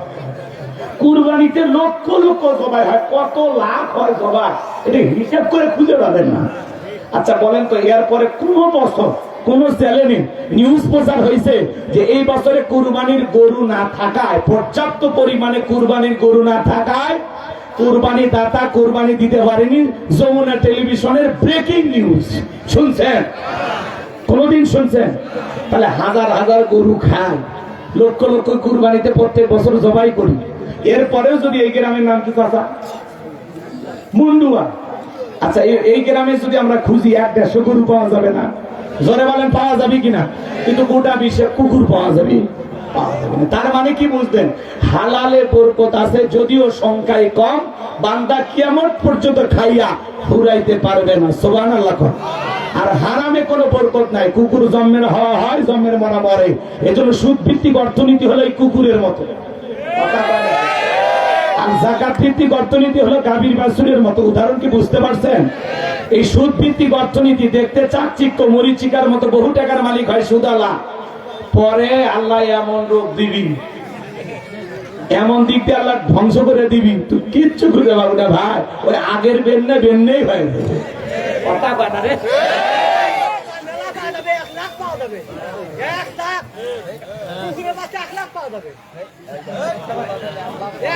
সারা দেশে চাচা অ্যাঙ্গেলে মার দিছে আগে বুঝেছেন না চাচা বুঝে ভাই যে সুদ করে যে কথা করছি চাচা মানে ওইটাতে বুঝেছে বাবা আর গভীরে যাস না শোনা সেই বলতে পারে বিজ্ঞানী বিজ্ঞানী আল্লাহ আকবার কর কোন অ্যাঙ্গেলে আর বলেন না চাচা বুঝছি আপনার সাথে আমি একমত ঠিক আছে হ্যাঁ আমরা বাপদাটা একমত লিল্লাহি তাকবীর তাহলে সুদ ভিত্তিক অর্থনীতি হলো হারাম হারাম অর্থনীতিতে বাংলাদেশে কখনো দারিদ্র মুক্ত করা সম্ভব নয় 12টা প্রধানমন্ত্রী চলে গেছে আগামীতে আপনাদের ভোটে 13তম প্রধানমন্ত্রী হবে তবে এটা নিশ্চিত থাকেন আগামীতে যেই দলেরই হোক পুরুষ হচ্ছে আমাদের প্রধানমন্ত্রী রাগ করতেছেন নাকি আপনারা আমার ভাইরা মনে রাখবেন যাকাত ভিত্তিক অর্থনীতি চালু করা লাগবে আর একটা যাকাত মন্ত্রণালয় চালু করে এই যাকাত মন্ত্রণালয়ের দায়িত্ব এই দেশের বিজ্ঞ ইসলামিক স্কলার দিনের দায়ী আলেমদের কাঁধে দেওয়া লাগবে ওই গুমসর ডালসর বিকাশের টাকা ধরে দেশের টাকা বিদেশে পাচার করে লুটপাটকারী দুর্নীতিবাজ ওদেরকে দায়িত্ব দেওয়া যাবে না আর কত দুর্নীতিবাজদের পিছনে মিছিল করবেন স্লোগান দেবেন কথা কন আপনি স্লোগান দেন বল্টু ভাইয়ের চরিত্র ফুলের মতো পবিত্র নামাজ পড়া 1 ওয়াক্ত গাঁজা খাই 5 ওয়াক্ত গুমসুরিতে বাঁকাপোক্ত শয়তানের 1 নাম্বার ভক্ত হুজুরদের জন্য খুবই শক্ত চুষে খাই গরিবের রক্ত পোস্টারে লেখা আছে গরিবের বন্ধু ভোট দিয়ে দেখেন গরিবের কয় নাম্বার শত্রু একটা বয়স্ক ভাতার কান নিবে গেলেও 2-4 হাজার খায় কথা কন আপনারা যতদিন পর্যন্ত ভালো না হবেন ততদিন পর্যন্ত সমাজ ভালো হবে না বলেন তো আপনাদের এলাকায় গরু জবাই হলে গরুর মাথা বিক্রি হয় কয় টাকা দিয়ে এত কম চাচা ঠিক কথা আপনারা কিনিনি বহুদিন ধরে ওটা আজ থেকে 20 বছর আগের হিসাব ধরছেন আপনারা চাচা করছে 4,000 লাগে কয় হাজার 4,000 5,000-এর নিচে এখন আর গরুর মাথা পাওয়া যায় না তাহলে চিন্তা করেন একটা গরুর মাথা কিনবার গেলে 4-5 হাজার টাকা লাগে আর আশরাফুল মাখলুকাত মানুষ সৃষ্টির সেরা নির্বাচনের আগে 500 টাকা দিয়ে মাথা বিক্রি করে এ কথা বল না কেন এটা গরুর মাথার দাম আছে 5,000 আর আপনার 500 টাকা দিয়ে 200 টাকা দিয়ে কেনা যায়, তাও 5 বছরের জন্য। আপনি মানুষ কোন অ্যাঙ্গেলে কথা কন না কেন? খবরদার, নির্বাচনকে কেন্দ্র করে একটা চা বিড়ু খাবেন না, টেকা তো দূরের কথা। সৎযোগ্য নির্ভীক আল্লাহওয়ালাদেরকে সমাজের নেতা বানাইবেন। কথা বলেন। দুর্নীতিবাজ, চাঁদাবাজ, সন্ত্রাস, এদেরকে দেশের নেতা বানানো যাবে না। সৎ মানুষ দরকার। দেশে দুর্নীতি করতে করতে ওরা কাম দিয়ে খাচ্ছে, আবার যদি দুর্নীতি শুরু হয় এইবার কোদাল দিয়ে খুঁড়ে খাবি, পরে মাটি খুঁজে পাবেন না। কথা কয় কিচ্ছু নেই এই দেশ, সব নিয়ে গেছে। কথা কয় না? এই মাটিটাও ছুবেন না। তাহলে সামনে সৎ মানুষ দরকার আছে না? না, সৎ নির্ভীক আল্লাহওয়ালাদেরকে সমাজের নেতা বানাইতে হবে। আমার দিকে তাকান, পোস্টারের নিচে লেখা আছে সেবা করার সুযোগ দিন। আমি তো দেখি ওই জায়গায় অ্যাঙ্গেলে মার দেওয়া আছে ধনী হওয়ার সুযোগ দিন। কথা বলেন না, এলে বুঝবেন না, এলে বাস্তবতা। রাগ করছেন কোনো কথা? আমি কোন নেতা দলের নাম নিছি বুঝে, আমি কারো নাম নিব না। নাম নেওয়ার দরকার কি? হ্যাঁ, আমার ভাইয়েরা গভীর মনোযোগ দিয়ে কথাগুলো শুনে যান। যাকাত ভিত্তিক অর্থনীতি চালু করে আলেমদেরকে দায়িত্ব দেওয়া হবে। কার কাছে? আলেমেরা কি করবে? সমস্ত ধনীদের তালিকা করবে। এদেশের অধিকাংশ ধনী হিসাব করে যাকাত দেয় না। ওনার যাকাত আছে 1 কোটি টাকা, কোন মতে 5-10 লাখ টাকা যাকাত দিয়ে নিজের 90 লাখ নিজেই মেরে খায়। আর এদেশের মানুষ পাইছে যাকাত মানে শাড়ি লুঙ্গি। এমন লুঙ্গি দেয় 200 টাকা দাম, পরে থাকলে জান্নাত জাহান্নাম সব দেখা যায়। এমন শাড়ি দেয় 300 টাকা দাম, ধুয়ে দিলে শাড়ি না মশারি খুঁজে পাওয়া যায় না। এই ধনী, এই শাড়ি তোর বউরে পরাবি। কথা কোন ঠিক কিনা? যাকাত মানেই শাড়ি লুঙ্গি না। কথা বলেন। হযরত ওমর ফারুক থেকে বলেন, তোমরা যাকাতের অর্থ এমন ভাবে দাও যাতে ওই ব্যক্তি যাকাতের জন্য আর কারো দুয়ারে হাত না পাতে। বলেন আল্লাহু আকবার। কষ্ট পাচ্ছেন নাকি আপনারা? গভীর মনোযোগ দিয়ে কথাগুলো শুনে যাবেন বাজান। এই ছেলেটা বেকার বসে আছে, ওরে যাকাতের 1.5 লাখ টাকা দিয়ে গোডাউনের বাজার একটা দোকান ধরায় দেন। আল্লাহ চাইলে 5-7 বছর ব্যবসা করে ছেলে নিজেও যাকাত দেবে। এই ছেলেটা বেকার বসে আছে, যাকাতের 1.5 লাখ টাকা দিয়ে অটো ভ্যান রিক্সা কিনে দেন, দৈনিক 500-700 হাজার টাকা ইনকাম করার ব্যবস্থা হলো। ছেলেটা আর বেকার থাকলো। বিধবা নারী আসছে, শাড়ি দিয়ে কিলাপ সেলাই মেশিন দেন, 2টা ছাগলের বাচ্চা কিনে দেন, 2টা গাভী গরু কিনে দেন। এগুলো লালন পালন করে ভাগ্যের চাকা ঘোরাবে। যাকাতের টাকা দিয়ে মানুষের কর্মস্থানের ব্যবস্থা করে দিতে হবে। কথা কয় আলেমেরা কি করবে শোনেন?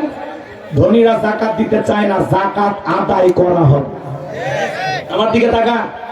এদেশে আমরা একটা জরিপ করে দেখেছি, 10 বছর যদি ধনীদের কাছ থেকে সঠিক পদ্ধতিতে যাকাত আদায় করা হয়, আর আল্লাহ সূরা তাওবায় যাকাতের যে 8টা খাত দিয়েছেন, এই খাত অনুযায়ী যদি যাকাত আমরা বন্টন করতে পারি, 10 বছর পরে বাংলাদেশে একজন গরিব যাকাত নেওয়ার মতো খুঁজে পাওয়া যাবে না। বলেন আল্লাহু আকবার। ভাই দাঁড়া আছেন কে? অনেক জায়গা আছে এই সাইডে, একটু বসে পড়েন। ফাঁকা জায়গাগুলো পূরণ করে বসে পড়েন। এই যুবকেরা, এই বসো, তোমাদের ওয়াজ হবে, কথা আছে তোমাদের সাথে। বসো, পার্সোনাল কথা আছে। এই বসো, সবাই বসেন। ভাইজান বসেন, কোটালা ভাই বসেন, বসেন, বসেন। জি, এই সাদা সাদা সাত ভাই বসেন, বসেন, সবাই বসেন, সুন্দর করে বসেন। লিল্লাহি তাকবীর। আমার দিকে তাকান, আমার দিকে তাকান, গভীর মনোযোগ, আমার দিকে তাকান। যে কথা আমি বলতে চাচ্ছিলাম বাজান, আলেমেরা কি করবে? সমস্ত ধনীদের তালিকা করে যাকাত আদায় করবে। বলেন তো আপনার ব্যাংকের অ্যাকাউন্টে কত, বইয়ের অ্যাকাউন্টে কত, গোপন সিন্ধুকে কত, সাদা কত, কালো কত। আপনার যাকাত আছে 2,75,72,500 টাকা। ধনী যাকাত দেবে না, যাকাত আদায় করা হবে। যাকাত ভিত্তিক অর্থনীতি চালু করলে ধনী যাকাত দিতে বাধ্য থাকবে। কথা বলেন। মুসা নবী নাম শুনছেন? 2 মিনিটে বলবো, রাগ করবেন না। মুসা আলাইহিস সালাম কারণের কাছে যা ডেকে বলে, কারণ তোরে যাকাত দেওয়া লাগবে।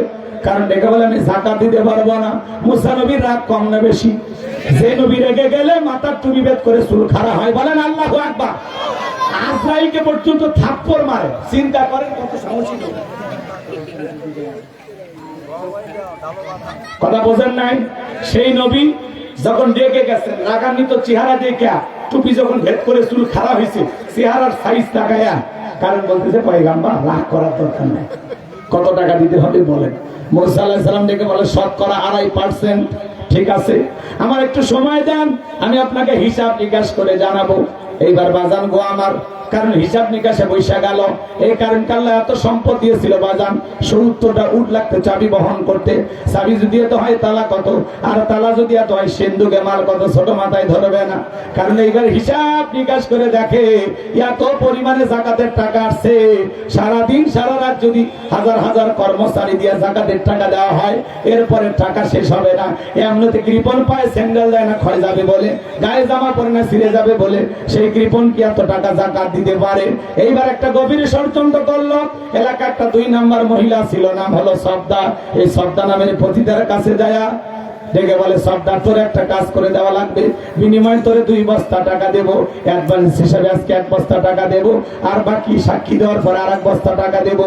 এইবার সবদাকে ডেকে বলে, সবদা আগামীকাল মুসা আলাইহিস সালাম যে মসজিদে দাঁড়ায়া আল্লাহর পথে মানুষকে দাওয়াত দেবে, ওই ভরা মসজিদে দাঁড়ায়া একবার শুধু বলবি নবী মুসা দিনের বেলা ওয়াজ করে আর রাতের বেলা আমি সবদার সাথে রাত কাটাই, বাস এতটুকু কথা বললে যথেষ্ট, বাকি যা করার আমি করব। এবার সবদার যেহেতু 2 নাম্বার মহিলা রাজি হয়ে গেল। পরের দিন সকালবেলা আল্লাহ নবী মুসা আলাইহিস সালাম হাজার হাজার জনতার সামনে ওয়াজ করতেছেন, বয়ান করতেছেন। ওই ভরা মসজিদে মুসা আলাইহিস সালামের আলোচনা শোনার পরে সর্দার পাশান হৃদয় গইলা চোখ দিয়া পানি ঝরতেছে, বলেন আল্লাহু আকবার। কারণ ইশারাতে বলে তাড়াতাড়ি, তারা বলে আর একটু শুনি না, শুনতে দেওয়া যাবে না। 2 জন লোক পাঠা দিল, ওরা এসে বলে নেতা গতকাল রাত্রিতে 1 বস্তা টাকা দিয়েছে, আজকে সাক্ষী দিলে আর 1 বস্তা টাকা দেবে, তাড়াতাড়ি করে দাঁড়ায় যাও। বলে না আর একটু শুনি, মজা লাগতেছে, বলে না শুনতে দেওয়া যাবে না। এইবার 2 জন 2 হাত ধরে ভরা মজলিসে সবটাকে দাঁড় করা দিল। যখন কারো লাভ মেরে দাঁড়ায় বলে, মুসা রে ওয়াজ বন্ধ কর, টাকা দেখ 2 নাম্বার মহিলা দাঁড়াইছে। মহিলাটা 2 নাম্বার না 1 নাম্বার মুসা নবী কি জানে? রতনে রতন সে রাগ করতেছেন আপনারা। আজও দেখবেন আলেম ওলামা যখন হক কথা বলে, সুদের কথা বলে, ঘুষের কথা বলে, আল্লাহর আইনের কথা বলে, ডাইরেক্ট বলে হুজুর আপনার ওয়াজ লাইন ছাড়া। হুজুরের ওয়াজ লাইন ছাড়া না, আলেমদের কথা বলতে বাধা দেয় যারা, ওরাই হলো লাইন ছাড়া, ওরাই হলো তার সেরা। কথা বলেন, আমার ওয়াজ কি সুদখোরের পক্ষে না বিরুদ্ধে? ঘুষখোরের পক্ষে না বিরুদ্ধে? দুর্নীতিবাজের পক্ষে না বিরুদ্ধে? কথা বোঝেন না? যারা মানুষের হক নষ্ট করে খায়, কি বলবো, জায়েজ আছে? কথা বলেন। তাহলে এটা বুঝেন না কেন? আলেম ওলামা হক কথা বললে বাধা দেয়। আজ থেকে 16 বছর আগে দেখেন নাই মাহফিল 140 ধারা জারি করতো? এখনো কিছু পার্টি নেতা আলগা করে জন্ম হয়েছে হঠাৎ করে। কথা কয় না কেন? হঠাৎ করে জন্ম হয়, মাঝে মাঝে 2-1টা মাহফিল বন্ধ আমাদের করতেছে নির্বাচনকে কেন্দ্র করিয়া। নির্বাচন আছে সেই 12ই ফেব্রুয়ারি, আর মাহফিল বন্ধ হয় জানুয়ারি। এ দুঃখ রাখবেন কোথায়? তাহলে আওয়ামী লীগে ভালো ছিল, তাই বলা লাগবে না? আওয়ামী লীগের সময় যদি মাহফিল বন্ধ হয়, এখন আমরা স্বাধীন, এদেশে তত্ত্বাবধায়ক সরকারের মতো প্রধান উপদেষ্টা আছে ধরেন, তাহলে এই সময় যদি মাহফিল বন্ধ হয়, সামনে যদি ক্ষমতায় কেউ আসে, ওরা যদি বন্ধ করে, তাহলে কি করবেন? তাহলে কি স্লোগান হবে না উল্টো যে আগেই ভালো ছিলাম? এই জন্য খবরদার, আপনারা বাহাদুরি করি, বীরগিরি, বীরত্ব অন্য জায়গায় দেখান। পারলে দেশের উন্নয়ন করে বীরত্ব দেখাবেন, বিদেশ থেকে টাকা ইনকাম করে বীরত্ব দেখাবেন। মাহফিল বন্ধ করিয়া, ইসলামের কথা, কর্মের কথা, আলেমদের জবান বন্ধ করিয়া আপনি যদি মনে করেন এটা বীরত্ব, আপনি গাধা, আপনি আবু জেহেল। কথা না? আজ থেকে 1500 বছর আগে কোরআন বন্ধ করেছিল আবু জেহেলেরা। তাদের স্লোগান ছিল কালাল্লাযিনা কাফারু লা তাসমাউ লিহাদাল কোরআন ওয়ালগাউ ফীহি লাআল্লাকুম তাগলিবুন। কাফেরদের স্লোগান কোরআন শ্রবণ করো না, যেখানে মুহাম্মদ সাল্লাল্লাহু আলাইহি ওয়াসাল্লাম কোরআনের আলোচনা করে ওখানে হট্টগোল সৃষ্টি করো, তালি বাজাও, সিজদা বন্ধ করো। যেভাবে হোক কোরআনের কথা যদি বন্ধ করতে পারো, আশা করা যে আমরা বিজয় লাভ করব। কথা বলেন ঠিক কিনা? কোরআন বন্ধ করে তারা ষড়যন্ত্র করেছিল। বিগত 16 বছরে তারা কোরআন বন্ধ করে ষড়যন্ত্র করার চেষ্টা করেছিল। আমরা আশ্চর্য হয়ে যেতাম, বাণিজ্য মেলার নামে রাত 12টার পরে নর্তকীর গায়ে যাত্রার প্যান্ডেলে একটা সুতার কাপড় থাকে না, ওখানে 100 ফুট করে জারি করা হয় না। তারা কোরআনের মাহফিলে আলেমদের কথা বলতে বাধা দেয়।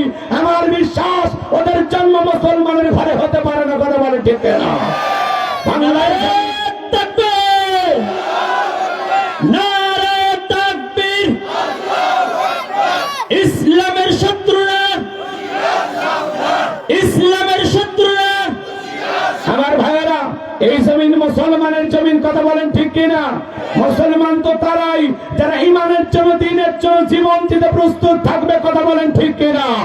আমার ভাইরা, যদি কখনো ইসলামের জন্য দ্বীনের জন্য ডাক আসে, প্রয়োজনে বিবির কাছ থেকে বিদায় নে, সন্তানের কাছ থেকে বিদায় নে, মাথায় কাফনের কাপড় বেঁধে আল্লাহর এই জমিনে আল্লাহর দ্বীনকে প্রতিষ্ঠিত করার জন্য বুকের তাজা রক্ত দিতে হয়। করার জন্য দ্বীনের জন্য ইসলামের জন্য কারা কারা বুকের তাজা রক্ত দিতে রাজি? হাত তুলে দেখা। লিল্লাহে তাকবীর, লিল্লাহে তাকবীর। আর সোজা করে টান টান করে হাত তোলেন। আমি কি হাত নামাতে বলেছি? ওই যে মাঝে মাঝে হাত দেখা যায়। দুই আর সোজা করার শক্তি না, আপনি পুরুষ মানুষ, দুটি ভিটামিন ক্যালসিয়াম মাঝে মাঝে কিনে খাবেন। একেবারে দুর্বল হলে চলতে পারেন না। সোজা করেন, সোজা করেন। আমার আল্লাহ রাব্বুল আলামিন বলেন, ইন্নাল্লাহা আশতারা মিনাল মুমিনিনা আনফুসাহুম ওয়া আমওয়ালাহুম বিআন্না লাহুমুল জান্নাহ। সূরা তাওবার 111 নম্বর আয়াতে আল্লাহ রাব্বুল আলামিন জানিয়ে দিলেন, নিশ্চয় মুমিন বান্দাদের জান মাল আমি আল্লাহ ক্রয় করে নিয়েছি, বিনিময় দেব জান্নাত। বলুন সুবহানাল্লাহ। তাহলে বলেন তো বাজান, আপনার আমার জীবনের মালিক কে? এই গাইবান্দার যুবকেরা ভালো করে বলো তো, এই জীবনের মালিক কে? প্রেম করবার প্রেমিকাকে পার্কে নিয়ে যা ডায়লগ দিবা, এই জীবন তোমার, তুমি শুধু আমার। ওরে হাইব্রিড যুবক, এই জীবনের মালিক কে? আপনার আমার সম্পদের মালিক কে? আল্লাহর দেয়া জীবন, আল্লাহর দেয়া সম্পদ আল্লাহর পথে খরচ করতে রাজি আছেন তো মুসলমান? রাজি আছেন তো ইনশাআল্লাহ?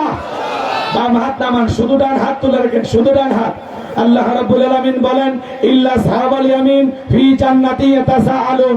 ডানপন্থী যারা জান্নাতের বাগানে থাকবে তারা, ডানপন্থী যারা আল্লাহর প্রিয় তারা। বলুন আল্লাহু আকবার। কোনো কথা হবে না। কিছুক্ষণ আগে বলেন, হুজুর জীবন দিতে রাজি, রক্ত দিতে রাজি।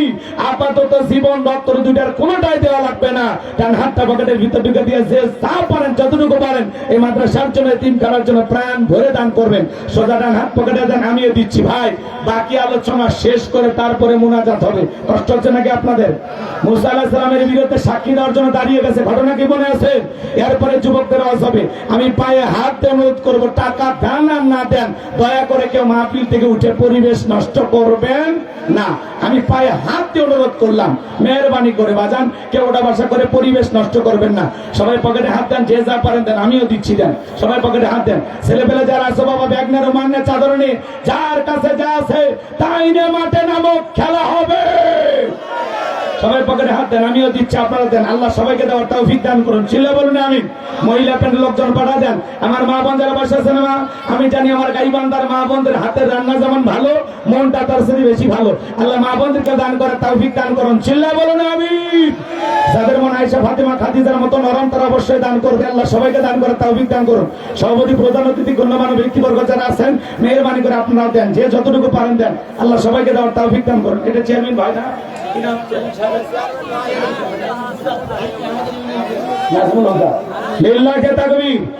চেয়ারম্যান সাহেবের আগমন। আমাদের সম্মানিত চেয়ারম্যান জনাব মোহাম্মদ ফজলুল হক কাইয়ুম হুদা, উনি আল্লাহ বসে বসে বসে মাথা গরম করেন না, বসে। আজকের মাহফিলের সম্মানিত উনি বিশেষ অতিথি, আপনাদের প্রিয় চেয়ারম্যান। উনি নগদে 3000 টাকা দিয়েছেন। জোরে বলেন মারহাবা। নেতা মানুষ হিসেবে আর একটু বেশি খাওয়া লাগে। হ্যাঁ, ভাইয়েরা যদি একটু এতিমখানা মাদ্রাসার দিকে একটু সহানুভূতির নজরে তাকায়, আমাদের জন্য ভালো হয়। ভাই পরে দেবেন। হ্যাঁ, পরে আরো 2000 টাকা দিবেন। তাহলে আমাদের সম্মানিত চেয়ারম্যান জনাব ফজলুল হক কাইয়ুম হুদা, উনি 5000 টাকা করে দেন। মারহাবা, লিল্লাহি তাকবীর। আল্লাহ দান কবুল করেন, হায়াত বাড়ায় দেন, কোটি কোটি টাকার মালিক বানায় দেন, দুনিয়া আখিরাতে ইজ্জত সম্মান বাড়ায় দেন। জোরে বলেন আমিন। নবীর ঘর মাদ্রাসার জন্য, এতিমখানার জন্য বাজান, কেউ 500 টাকা, 1000 টাকা, 2, 4, 5, 10,000 যারা দিবেন, সময় কম, খুব দ্রুত গতিতে দেন। এরপরে আমরা বাকি আলোচনা শেষ করবো ইনশাআল্লাহ। যারা দিবেন খুব দ্রুত করে, হতে আমি 500 টাকা, আমি 1000, আমি 2000 দেন বাজান। আমি তাহাজ্জুদ পড়ে আপনাদের জন্য দোয়া করবো বাজান। মহিলা প্যান্ডেল আমার মা বোনদের বসে আছে না, যে যতটুকু পারেন মা আপনাদের মাঝে চলে গেছে, তাদের বোরকার পকেট থেকে করে দেন, হালকা করে একটু আদর। আল্লাহ মা বোনদেরকে দান করার তৌফিক দান করেন। আমার হাতে 500 টাকা, 1000 টাকা, 2, 4, 5, 10,000। হায়দার তালুকদার না, কত আছে বাজান? এত কম কে? সভাপতি 5000 দিলে হয়। আরে আমার গ্রামে আমার সভাপতি বানাতে 20,000 দিস। আমার গ্রামে আমি সভাপতি। দাদা বোঝেননি চাচা, আমাকেও সভাপতি বানায়, এটা 20,000 দিছি। এই জন্য চাচা সভাপতি হলে একটা কম করে হলে, এলাকায় কয়েকদিন ধরে মাইকিং হয়েছে, উক্ত মাহফিলে সভাপতিত্ব করবেন জনাব মোহাম্মদ হায়দার তালুকদার। বাপরে মাইক কিনছে হইছে, এ কথা বল নাকি আপনারা রাগ করতেছেন? তাহলে চাচা নামে মাইকিন হয়নি, শুনেছি একটু পরে মাইকিন শুনেছি। হ্যাঁ, এ সবারও পরিচালক চাচা কম হয়ে গেল, 1010 টাকা দিন আস্তে আস্তে, বুঝলুম হবি। আরে 6 মাস পরে দেন, 3 মাস পরে দেন, 10,000 টাকা দেন, একটা তাকবীর দিয়ে খুব নিয়োগ করছি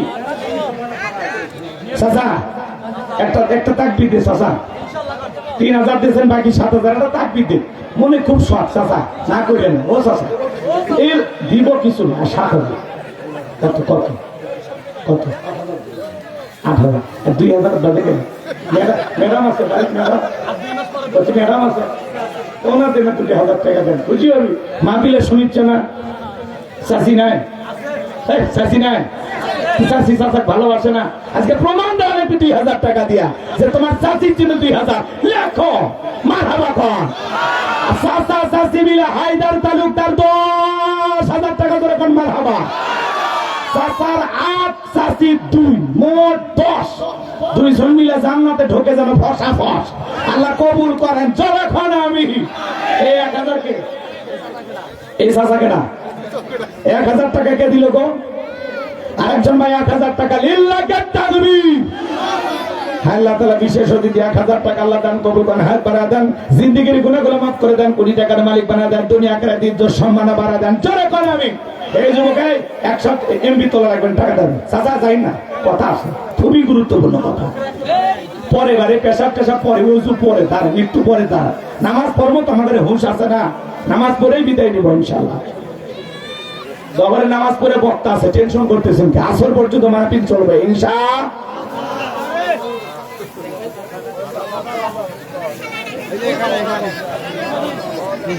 ভাই আমার হাতে 500 টাকা, 1,000 টাকা দেওয়ার মতো আর কেউ নাই, বাকিতে লিখে দেন, হুজুর পরে দেবো ইনশাআল্লাহ। ভুট্টা কাটা দেবেন, ভুট্টা তুলে।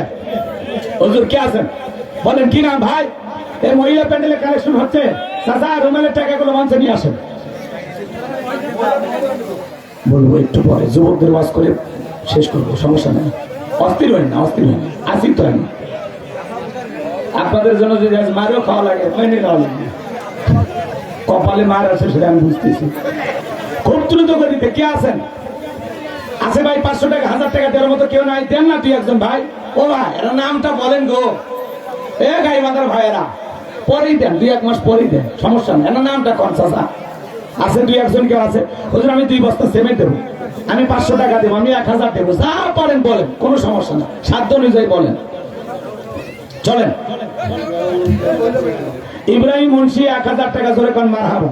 ও আজকের মাহফিলে সহসভাপতি, কি কয় ফাজলামি করে হবে, 1,000 টাকা দেয়। আপনার 1,000 দেওয়া লাগবে না, ওটা আমি দিব না, না হলে কথা বলে হবি, 1,500 টাকা দেওয়া লাগবে।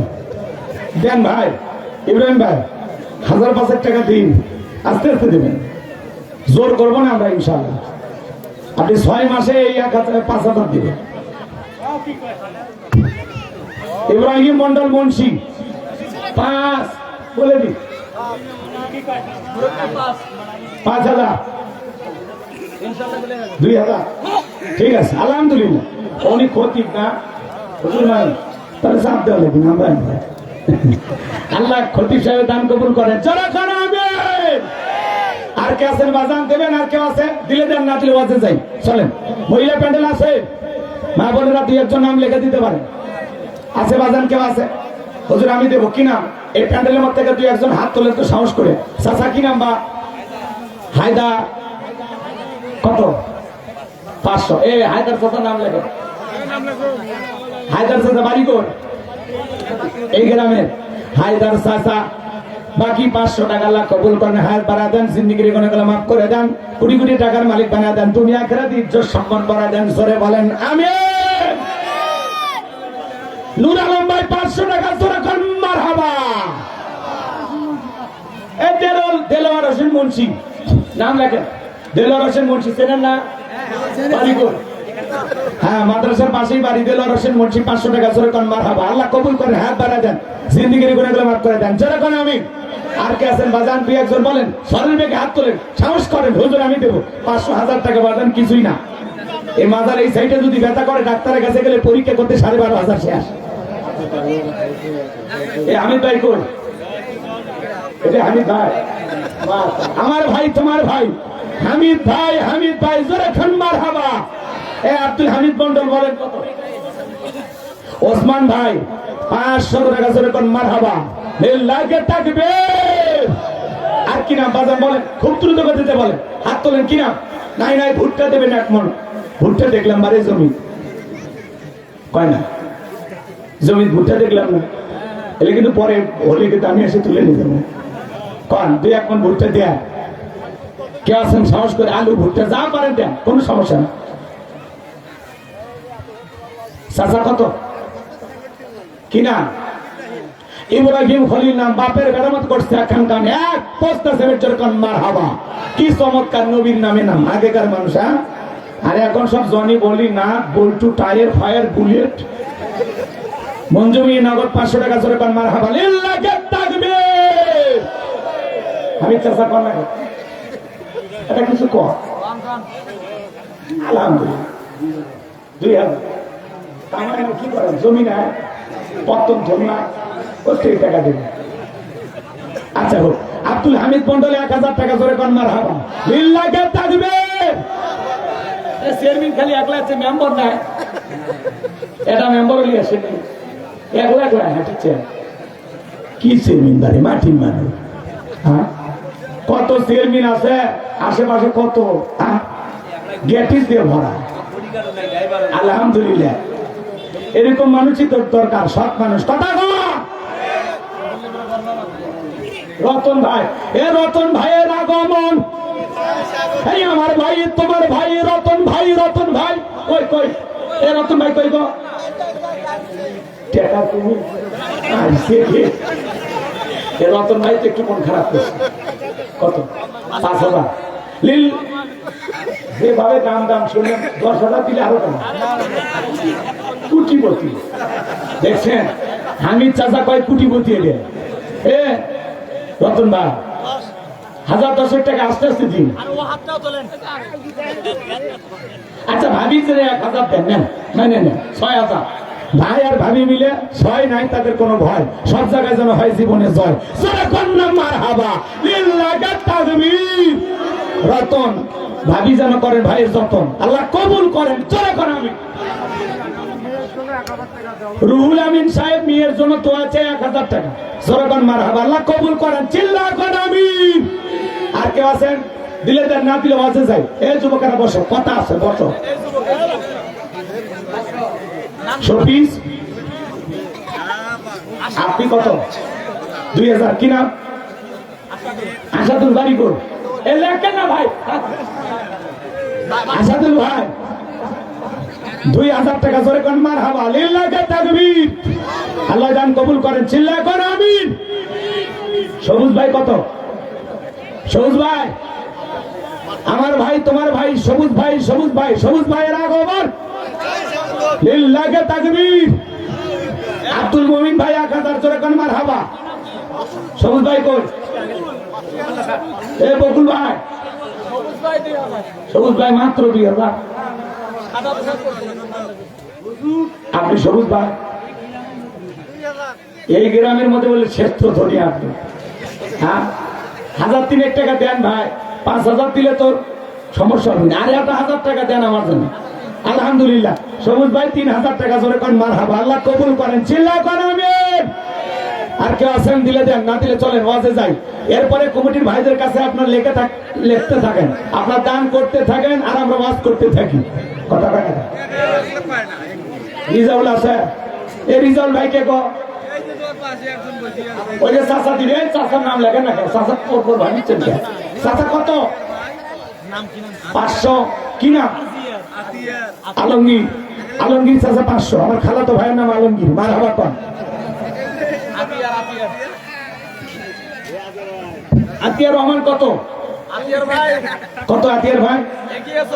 সেই যুবক বাড়ি, মুখ দেখছেন ফর্সা, কি মাকে নাকি এত সুন্দর। আলহামদুলিল্লাহ। এই আতিয়ার ভাই কত কোন? এতই গোপনে কাম করা আপনার স্বভাব। গোপনে দান করে, ঠিক আছে না? বেশি করে দিন, গোপনে দেন। কি নাম চাচা? ফুল মিয়া চাচা। 1000 টাকা জোরে কোন মারহাবা। খুশি মিয়া 500 টাকা জোরে কোন মারহাবা। এর সামনে টাকাগুলো নিয়ে যান, টাকাগুলো ঢুকেন তো চাচা। মহিলা প্যান্ডেলের টাকা পাইছেন? হ্যাঁ, এই যুবকেরা বসো। আপনারা এর ফাঁকে একটা জিনিস, অনেকে আমারে ভুল বুঝতেছেন, রাগ করতেছেন, মন খারাপ করছেন, কষ্ট পাইছেন, বিরক্ত হয়েছেন। হুজুরের দুঃখ তো কেউ বুঝিচ্ছেন না, কথা কি বুঝতে পারছেন? একটা মিনিট শুধু আমার দুঃখটা শুনেন, এরপরে আমি বাকি কথা বলে আলোচনা শেষ করবো ইনশাআল্লাহ। এক মিনিট এদিকে তাকান। জি আসো, আপনারা লিখতে থাকেন, দিতে থাকেন। কর্দিকে রাজীব প্রবাসী 500 টাকা জোরে কোন মারহাবা। 1 মিনিট। বিসমিল্লাহির রহমানির রহিম। নারায়ে তাকবীর, আল্লাহু আকবার। তাহসিনুল কুরআন নুরানি হাফেজিয়া মাদ্রাসা ও এতিমখানার উদ্যোগে তৃতীয় বার্ষিকী বিশাল তাফসিরুল কুরআন মাহফিল। তৃতীয় বার্ষিকী বিশাল তাফসিরুল কুরআন মাহফিল। স্থান উত্তর মন্দুয়ার টুনিরচর বাদ সংলগ্ন। স্থান উত্তর মন্দুয়ার টুনিরচর বাদ সংলগ্ন। তারিখ 17 জানুয়ারি 2026 রোজ শনিবার, দিনের বেলা সকাল 7টা থেকে জোহর পর্যন্ত। তারিখ 17 জানুয়ারি 2026 রোজ শনিবার, দিনের বেলা সকাল 7টা থেকে জোহর পর্যন্ত। সভাপতিত্ব করবেন জনাব মোহাম্মদ হায়দার তালুকদার, বিশিষ্ট সমাজসেবক, কুটতলা, গাইবান্ধা। সহ সভাপতিত্ব করবেন জনাব মোহাম্মদ ইব্রাহিম মন্ডল মুন্সি, খতিব, উত্তর মন্দুয়ার টুনিরচর জামে মসজিদ। প্রধান বক্তা উত্তরবঙ্গের আলোড়ন সৃষ্টিকারী, আন্তর্জাতিক খ্যাতি সম্পন্ন মুফাসসির কুরআন ও সুমধুর কণ্ঠের অধিকারী মাওলানা মোহাম্মদ গোলাম রব্বানী যুক্তিবাদী, বগুড়া। হযরতের বয়ান শুরু হবে সকাল 9:30 দ্বিতীয় বুঝছেন? ঘটনা বুঝছেন? ক্লিয়ার? এখন আর রাগ করবেন না। আর আমার নামের শেষে কিন্তু সারা জীবন সবাই লাগে গাইবান্ধা। এরা যে পোস্টার করছে আমি জানি না, বগুড়ে লিখে বসে আছে। আমি বগুড়ের মাল না গাইবান্ধা, তাহলে পর করে দিলেন কেন? কথা কি বুঝতে পারছেন? এই জন্য ভাই ভুল বোঝাবুঝি করার কোন সুযোগ, কথা ক্লিয়ার? ঠিক আছে। এই জন্য আমি ওনাদেরকে বলছিলাম যে হঠাৎ করে যেহেতু পোস্টার করেই ফেলে দিয়েছেন, তাহলে 21 তারিখে নেন, ওই দিন আমি ফাঁকা আছি, 5 জোহর বয়ান হবে। তো বলছে না হুজুর, যেহেতু পোস্টার হয়েছে মান সম্মান বাঁচানোর জন্য আপনি সকালে আসেন, 11টা 11:30 মধ্যে ছেড়ে দেবো, 12টা বার হবি না। সেটি এখন 1:30 বাজে, ওই মাহফিলের 3টায় বয়ান, পার্বতীপুর দিনাজপুর। এর থেকে যায় 3টার মধ্যে পৌঁছা যাবি, 2টা বেজে গেছে। তাহলে মায়ের কপালে আছে না নাই? খালি কোনো মতে যায় পাও হাত ধরে মানুষের কাছে ক্ষমা চাওয়া ছাড়া কোনো উপায় নাই। আর আমি আসছি এই জায়গায় 10টার পরপরই উপস্থিত হয়েছি। তো এই জন্য যদি কমিটির কোনো ভুল প্রচার আপনাদের কানে যায় আর আমাকে নিয়ে যদি আপনাদের ভুল ধারণা থাকে, আশা করি এই রেকর্ডিং শোনার পরে আপনাদের ভুল ভেঙে গেছে। কথা কি বুঝাতে পারলাম? ওনাকে আমি বলছিলাম যে ভাই সকালে যে তুলবেন প্রচার করলে কিন্তু আমাকে একটু রেকর্ডটা পাঠান। বলছে হ্যাঁ হুজুর সকালে আপনার বয়ান। আপনি গেলে আসে, ওনাদের চিন্তা ভাবনা ছিল আমি আসার পরে যে কোনো কায়দায় জহর করে তুলে দিব, তাহলে আমার পরের বয়ানে জামার খাওয়া লাগবে না ভাই। এলাকার মানুষ খবরদার এরকম ব্ল্যাকমেইল করার চেষ্টা করবেন না, কথায় কাজে জবানে ঠিকঠাক। এটা যদি মাইকিং হয়তো 9:30, কি বলেন, প্যান্ডেল ভরতো না? যদি মাইকিং হইতো 9:30 গোলাম রব্বানী ওয়াজ করবে, কি লোকজন কি এরকম থাকতো না? আর একটু হইতো, তাহলে ভুল কার? কথা বোঝা গেছে? আল্লাহ ওনাদের জন্য হেদায়েত দান করে, আমাদের জন্য হেদায়েত দান করে। সব ভুল বোঝাবুঝির অবসান ঘটেছে। তো বক্তার উপরে আর রাগ আছে? বক্তার কোনো দোষ আছে, ভুল আছে? নাই। আমি তারপরে ডেট চেঞ্জ করে দিতে চাইছিলাম যে 17 21 করেন আপনি। আমার থেকে ডেট নিয়েছে, আমার জানাই না, জানায় পোস্টার হয়েছে, কোনো অ্যাডভান্সও করেনি, টাকা দিয়েছে গতকাল রাতে। কথা কি বুঝছেন? শেষ কথা ক্লিয়ার? এবার চলেন আমার পয়েন্টগুলো আমি শেষ করি। মুসা আলাইহিস সালামের বিরুদ্ধে সাক্ষী দেওয়ার জন্য। আর একজন 500 টাকা জোরে কোন মারহাবা। এরপরে যারা দান করবেন করতে থাকেন, আল্লাহ সকলে দান কবুল করেন। আপনারা মুজাহিদ গ্রুপ কি ব্যাপার, তারা আসোকা পাগড়িওয়ালারা, বসো শোনা বসো। আমার ভাইয়েরা, এইবার সবটা দাঁড়িয়ে গেছে। কারণ ডেকে বলে, সবটা তোমার যা বলার তুমি বলো, আমি তোমার সাথে আছি। গভীর মনোযোগ দিয়ে কথাগুলো শুনে যাবেন বাজান। এইবার সবটা ডেকে বলতেছে, কারণ তুমি বেশি লাফালাফি না করে তুমি বসে পারো, আমি যেহেতু দাঁড়িয়ে আছি বলার জন্য আমাকে বলতে দাও। এইবার সবটা দাঁড়িয়ে বলে, ও দেশের জনগণ শোনো দিয়া মন, আমি জীবনে কোনোদিন মুসা নবীকে দেখি নাই। আজকে মুসা নবীর আলোচনা শোনার পরে আমার পাষাণ হৃদয় গইলা গেছে। আমি সিদ্ধান্ত নিয়েছি আর খারাপ কাজ করব না, অশ্লীল কাজ করব না। আমি তওবা করে ঈমান আনতে চাই, বলুন সুবহানাল্লাহ। এইবার সবদা গোপন তত্ত্ব ভাস করে দিয়ে বলতেছি, এই কারণ গতকাল রাত্রিতে আমার বাড়িতে গেছি, আমার 2 বস্তা টাকা দিয়ে বলে ওয়াদা করেছে, অ্যাডভান্স হিসাবে আমাকে 1 বস্তা টাকা দিয়েছে, বিনিময়ে আমাকে কথা বলতে হবে। নবী মুসা দিনের বেলা ওয়াজ করে আর রাতের বেলা আমি সবদার সাথে রাত কাটাই। কিন্তু আপনাদেরকে সাক্ষী রেখে বলতেছি, মুসা নবীর চরিত্র ফুলের চাইতে পবিত্র। ওই কারণ হলো আমি সবদার নিয়মিত ভক্ত। বলেন আল্লাহু আকবার। যে গর্ত করেছে নিজের গর্তে নিজেই পড়েছে। আল্লাহু আকবার কোন। ومكروا ومكر الله والله خير الماكرين। খেলাকা যারা ট্রাইব্যুনাল গঠন করে আল্লামা সাইদি হুজুরকে মৃত্যুদণ্ডের রায় দিয়েছিল, আজকে নিজেদের তৈরি করা ট্রাইব্যুনালে নিজের নামে ফাঁসির রায় হয়ে গেছে। কথা কোন ঠিক কিনা? এইবার ভাইয়েরা আমার, মুসা নবীর আকান্বিত হয়ে ডেকে বলে, আল্লাহ চাইতে গেছিলাম যাকাত, আর আমার বিরুদ্ধে এত বড় অপবাদ মেনে নেওয়া যায় না। আল্লাহ আপনি জমিনকে অর্ডার দেন, জমিন যেন কারণকে গ্রাস করে ফেলে। আল্লাহ দোয়া মঞ্জুর করলেন, কারণের ধন সম্পদ হাঁটু পর্যন্ত জমিনের ভিতরে চলে গেছে। ও বলে ব্যাপার না, উঠতে পারবো, দেহে শক্তি আছে। এইবার কোমর পর্যন্ত গেছে, বলে ব্যাপার না, উঠতে পারবো। এইবার গলা পর্যন্ত যখন জমিনের ভিতরে চলে গেছে। আমার ভাইয়েরা, এইবার দেখে বলে, ও নবী মুসা, ধন সম্পদ যা আছে সব তোমার, আর তোমার আল্লাহর, তুমি নিয়ে যাও, জানটা ভিক্ষা দাও। মুসা আলাইহিস সালাম ডেকে বলেন, আল্লাহুস সামাদ, আমার আল্লাহ অমুখাপেক্ষী, আমার আল্লাহ কারো কাছ থেকে কিছু নাই না, আমার আল্লাহ শুধু দিয়েই যায়। কারণ তোর ধন সম্পদ সহ জমিনের ভিতরে চলে যা, আর পৃথিবীর ইতিহাসে সাক্ষী থাক, তোর মতো যারা স্বর্ণ রূপা টাকা পয়সা জমা রাখবে, আল্লাহ রাস্তায় খরচ করবে না, কিয়ামতের ময়দানে তুই কারণের কাতারে দাঁড় করা, আল্লাহ তাদেরও বিচার করবে। এজন্য যাকাত দিলে আপনার সম্পদকে আল্লাহ বৃদ্ধি করবেন। যাকাত হলো মালের ময়লা, যাকাত হলো আপনার সম্পদকে পবিত্র করে। ধনী যাকাত দিলে সম্পদ কমে না বাড়ে, কমে না বাড়ে। আল্লাহ আপনাকে যাকাত দাতা হিসেবে কবুল করছে, এটা শুকরিয়ার বিষয়। আলহামদুলিল্লাহ, পৃথিবীতে যত মানুষ যাকাত দেয় তার মধ্যে আমি একজন। তাহলে হিসাব করে করে বছরে একবার যাকাত দেবেন তো ইনশাআল্লাহ। যাকাত দেওয়া মানে দয়া বা করুণা করা নয়। আপনি ধনী, আপনার জন্য যাকাত দেওয়া ফরজ, এটা একটা ইবাদত। যাকাতকে ইবাদত মনে করা লাগবে, এটা হলো আর্থিক ইবাদত। হজ ইবাদত, নামাজ ইবাদত, যাকাতটা হলো আর্থিক ইবাদত। কথা কয়টাকে জরিমানা মনে করে যাকাত দিয়ে দেবেন, পারবো তো ইনশাআল্লাহ। এইবার 4 নম্বর, যুবক বলবো না দোয়া করবো? বলবো। তাহলে 4 নাম্বার, ওয়াল্লাযীনা হুম লিফুরুজিহিম হাফিজুন। মুমিন বান্দার 4 নাম্বার গুনাহ বলি, নিজের যৌবনটাকে সংযত রাখা, নিজের যৌবনটাকে কন্ট্রোল করা। মুমিনের যৌবন হোটেলে বিক্রি হবে না, পার্কে বিক্রি হবে না। মুমিন কোনোদিন বিয়ের আগে অবৈধ প্রেম ভালোবাসা করতে পারে না। কথা বল। আল্লাহ শিশুকালের হিসাব নেবেন না, হিসাব নেবেন যৌবন কালের। কোন কালের? যুবক, যৌবন কালের আল্লাহ হিসাব নেবেন, যে যৌবন কালটা কোন কাজে ব্যয় করেছো। আমাদের সমাজের যুবকেরা 15-16 বছর বয়স হলে যৌবন প্রাপ্ত হয়। এরপর থেকে মা বাবা বলে নিজের পায়ে দাঁড়া, নিজের পায়ে খাড়া হ, আছে না? এরকম করতে করতে 32 বছর বয়সে দেয় বিয়া, বাকি 16 বছর কি আঙ্গুল চুষেছে। কথা কয় না কেন? তাহলে পিতা মাতার গুনাহ হয়েছে কি?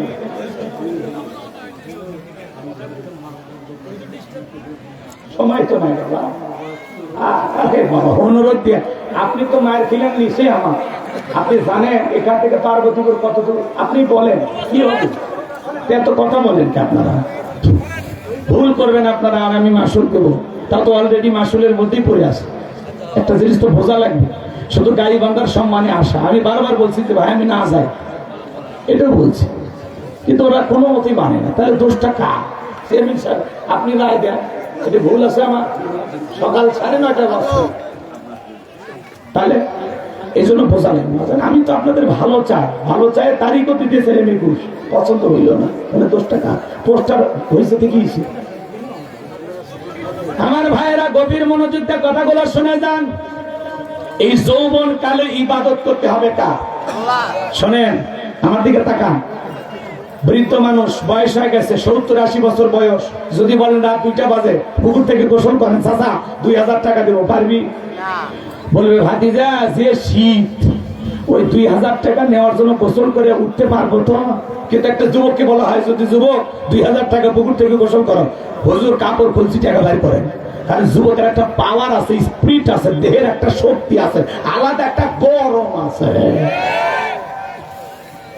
মুরব্বী চাচা চাচিমা গরম পানি করে দিলে ওযু আছে, নামাজ আছে। গরম পানি নাই, শীতের দিনে ওযু নাই, নামাজও নাই। বয়স হয়ে গেলে চাচা বেশিক্ষণ লম্বা সময় রুকু থাকতে পারবে না, মনে হয় পড়ে যাবি।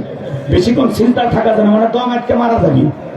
কিন্তু যৌবন বয়সে ঠান্ডা পানিতে ওযু বানা যায়, লম্বা সময় রুকু করা যায়, সিজদা করা যায়, তাতে কোনো কষ্ট হয়। তাহলে যৌবন কালে আমরা গুনাহ করতে ভালোবাসি, আর যৌবন কালে ইবাদত আল্লাহ পছন্দ করে। যুবক কে পছন্দ করে? তাহলে যৌবন কালে ইবাদত হবে কার? যৌবনের পরীক্ষা দিয়েছিলেন ইউসুফ আলাইহিস সালাম। জুলেখা গোপন একটা কক্ষে নিয়ে যা বলে, দিলে বড় জ্বালা রে, পাঞ্জাবিওয়ালা হুজুর তো কিছুই বোঝে না, হুজুর সবই বোঝে, নারীর চলা কলা বোঝে না। কাছে যা বলে, ইউসুফ রে, তোমার চোখ দুটা ভারী সুন্দর। ইউসুফ আলাইহিস সালাম দেখে বলেন, এই চোখ যে আল্লাহ সৃষ্টি করেছে, সে আল্লাহকে ভয় করো।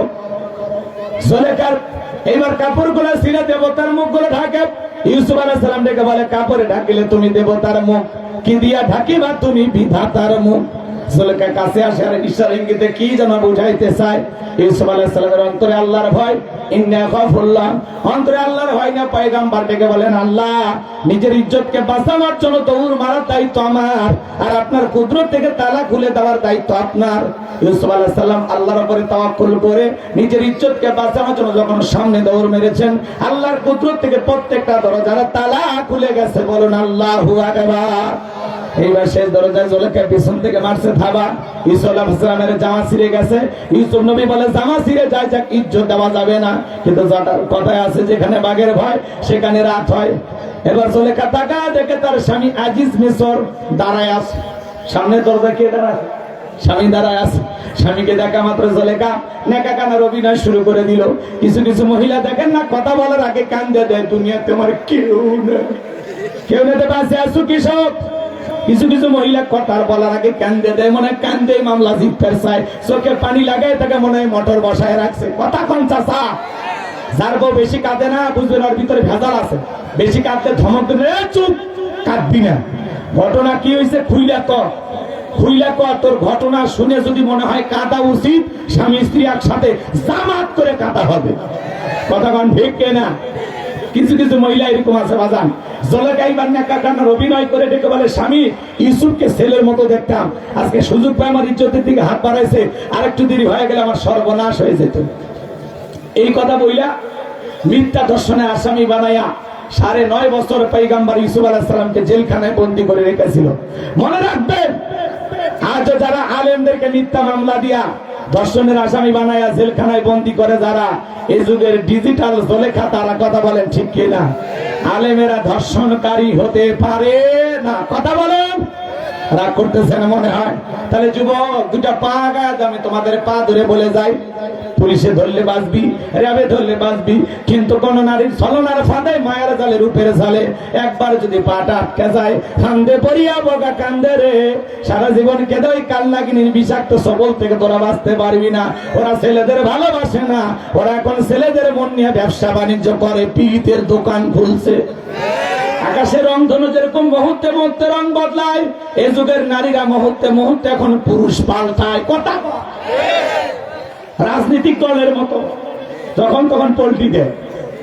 কথাটা না, আমরা ভূত পড়া আশা নিয়েছিলাম যে এইবার জামাত, চরমনা, হেফাজত, খেলাফত সবাই মিলে একটা ইসলামের বাক্স হবে। কথা কম, ভূত পড়া আশা নিয়ে আছে যে এই দেশের মানুষ যে এইবার ইসলাম আলাদের জন্য একটা কিছু হবে। ইসলামের যে গণজোয়ার তৈরি হয়েছে, আমরা ধরেই নিয়েছিলাম এদেশের মানুষ হয়তো এবার ইসলাম আলাদেরকে সমর্থন দেবে। কথা বলেন ঠিক কিনা?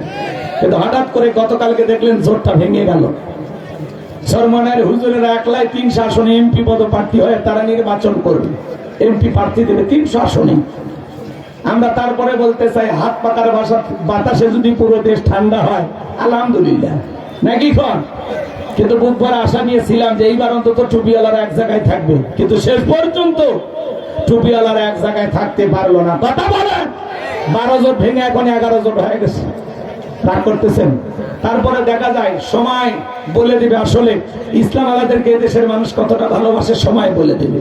কথাকে বুঝতে পেরেছেন? এই জন্য ইসলাম আলাদেরকে ঐক্যবদ্ধ থাকতে হবে। এইবার সুযোগ না আসলে পরের বার আসবে, পরের বার না আসলে পরের বার সুযোগ আসবে, কিন্তু যতদিন পর্যন্ত ইসলাম আলারা ঐক্যবদ্ধ না হতে পারবে ততদিন পর্যন্ত এই সমাজে শান্তি প্রতিষ্ঠিত হবে না। কথা বলে ঠিক কিনা? 54 বছরে শান্তি পান নাই, আগামীতেও শান্তি পাবেন না। এই জমিনে শান্তি প্রতিষ্ঠিত হবে সেই দিন আল্লাহর কোরআনের সংবিধান চালু হবে সেই দিন। আল্লাহর বিধানের শান্তি, আল্লাহর বিধানের মুক্তি। কথা বলেন ঠিক কিনা? সৎ মানুষের দরকার, দেশপ্রেমিক নেতার দরকার। আল্লাহ এই দেশকে ইসলামের জন্য কবুল করেন। চিল্লা করে আমিন। আজকে এই দলাদলি কাদা চুরাচুরি ভালো লাগে না, কষ্ট হয়, ব্যথা পাই আমরা। মানুষকে হুজুর আপনারা তো এক থাকতে পারেন না, কি দিবেন? কার দোষ দিবেন? দোষ টাকা না, এটা বলার দরকার নেই। ওনারা স্বপ্ন দেখছে যে আমরা একাই পারবো, তো আলহামদুলিল্লাহ চেষ্টা করে যা। কার মাধ্যমে কি হবে আমরা কেউ জানি না, তবে খেলা হবে 12 ফেব্রুয়ারি। কি কর? খেলা হবে। পুরো দেশের মানুষ চায়া আছে। 16 বছর ভোট কেন্দ্রে যেতে পারেনি, এই গত 3টা নির্বাচনে খালি কুত্তে ঘুরছে। নির্বাচন কেন্দ্রে কে ঘুরছে? কুকুর ঘুরছে, মানুষ খুঁজে পাওয়া যায়নি। এরপরে সন্ধ্যাবেলায় বলছে ভোট পড়ছে 7352টা, মানুষ 52টাও যায়নি।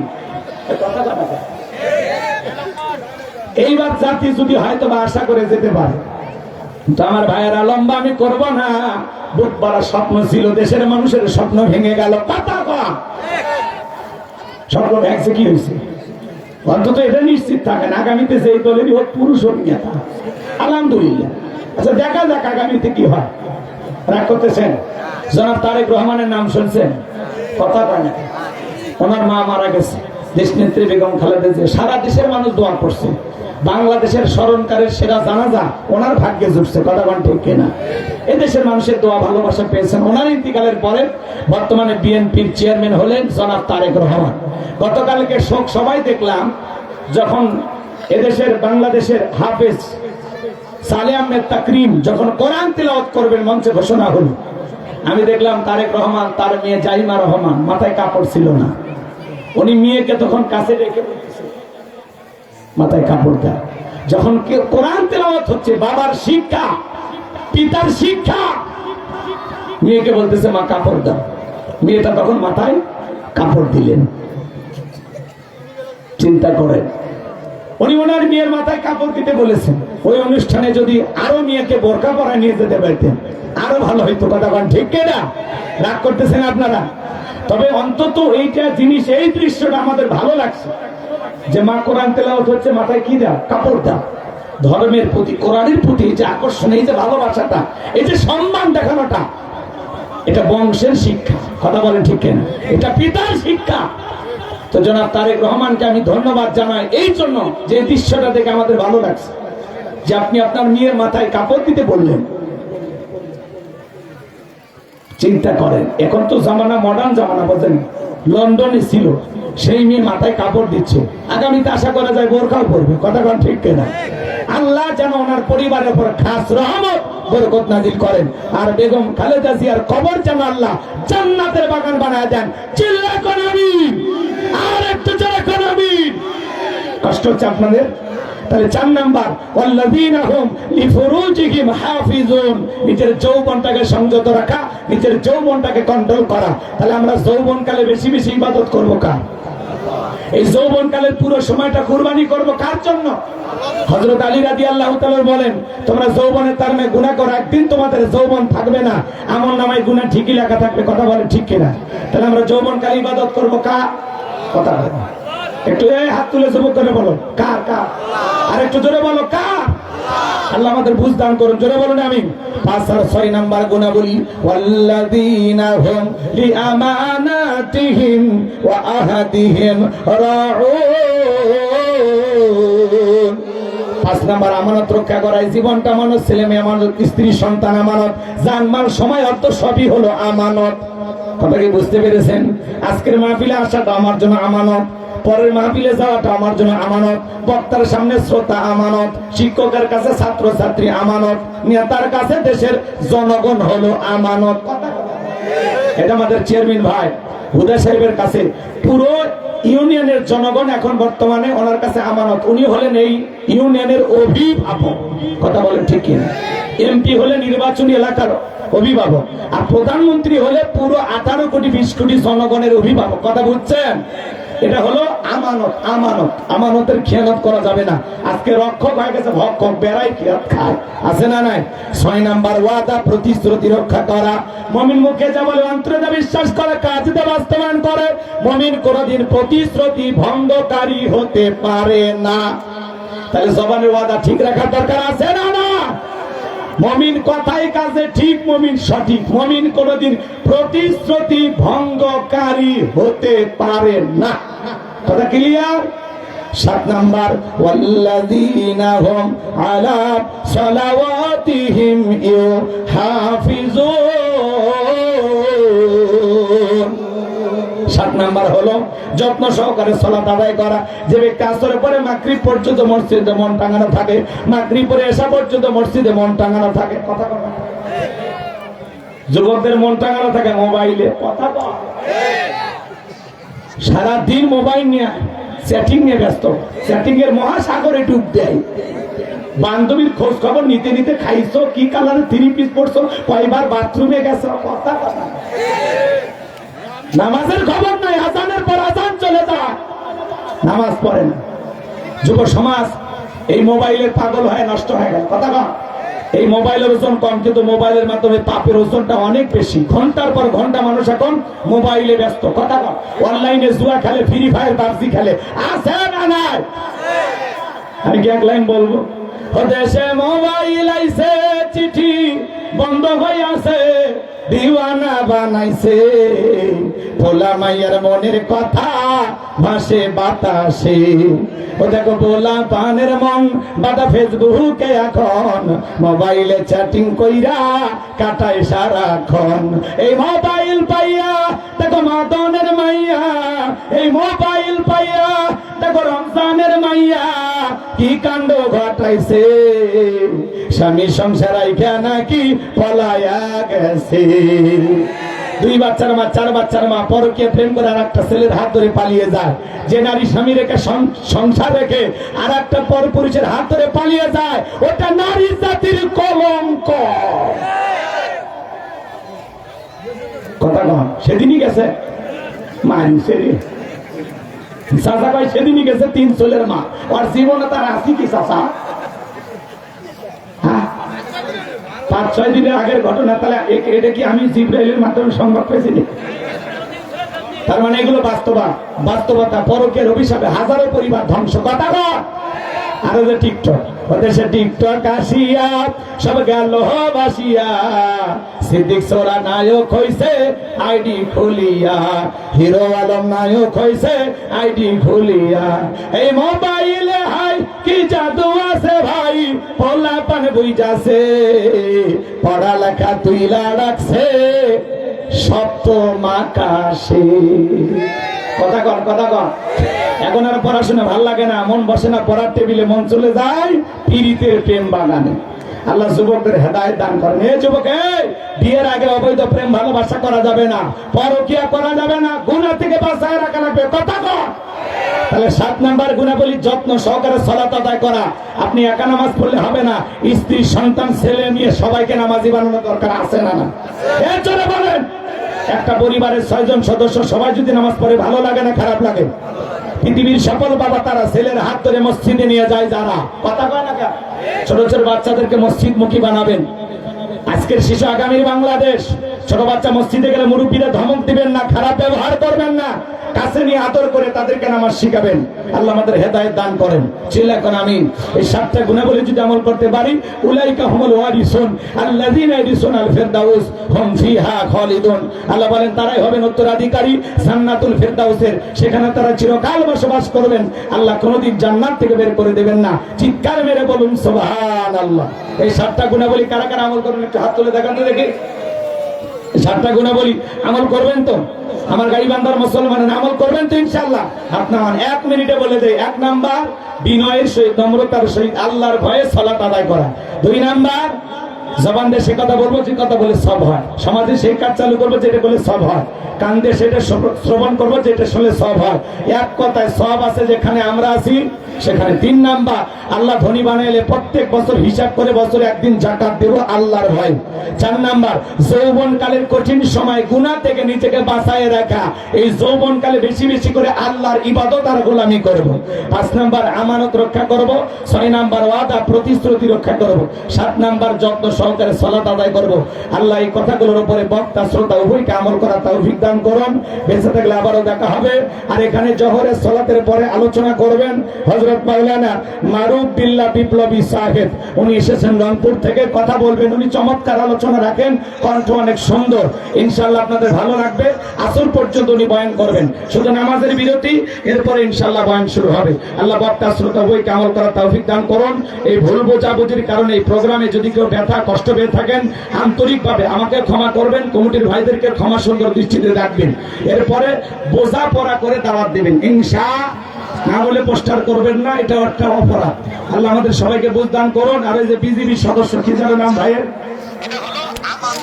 ওই যে যার ছেলে ইসমাইল ভাইয়ের অনুরোধে উনি বারবার বলছেন হুজুর 2টা পর্যন্ত অন্তত চালাবেন। আমি ওনার অনুরোধটা রেখেছি। আল্লাহ আমাদের আমল করা তাবিয়া ভাই চলে যায় না, যাদের ওযু নাই ওযু করে আবার আসেন, নামাজ পড়ে তারপরে ইনশাআল্লাহ এখান থেকে চলে যাবেন। আসসালামু আলাইকুম ওয়া রাহমাতুল্লাহি ওয়া বারাকাতুহু। চেয়ারম্যান ভাই কিছু বলবেন না? পরে নামাজ থাকে না। হ্যালো, মোসাদ্দেকের বড় আম্মা মারা গেছে, তোমার আম্মাকে যেতে বলে এখান থেকে। দুর্গাপুর মোসাদ্দেকের বড় আম্মা মারা গেছে।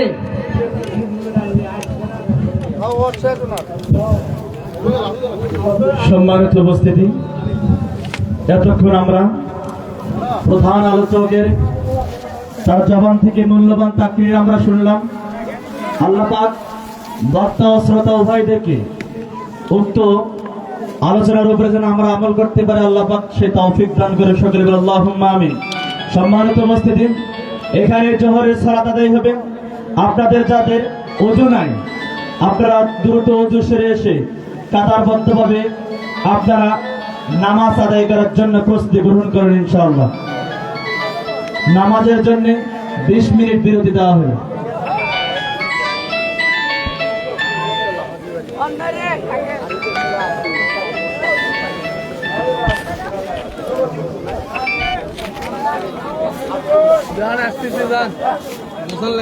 আব্দুল্লাহ, বয়স 5 বছর, পশ্চিম কুপতলা হাজিবাড়ি। তাকে খুঁজে পাওয়া যাচ্ছে না। তুমি যেখানে থাকো না কেন বা আপনারা যদি সেই বাচ্চাকে যদি আপনারা পেয়ে থাকেন তাহলে স্টেজের মধ্যে আপনারা পৌঁছে দেন ইনশাআল্লাহ। পিতার নাম আরিফ, পিতার নাম আরিফ, ছেলের নাম আব্দুল্লাহ, পশ্চিম কুপতলা কাজীবাড়ি হাজিবাড়ি। তাকে কোথাও আপনারা পেয়ে থাকলে আপনাদেরকে অনুরোধ করছি আপনারা দ্রুত স্টেজের মধ্যে দিয়ে দেওয়ার জন্য অনুরোধ করা হলো ইনশাআল্লাহ।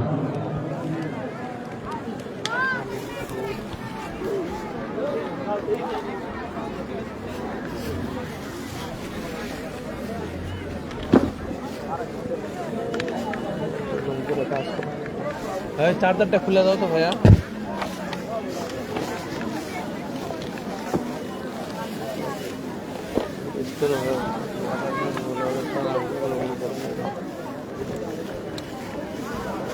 চার্জার মোবাইলটা দাও ভাইয়া।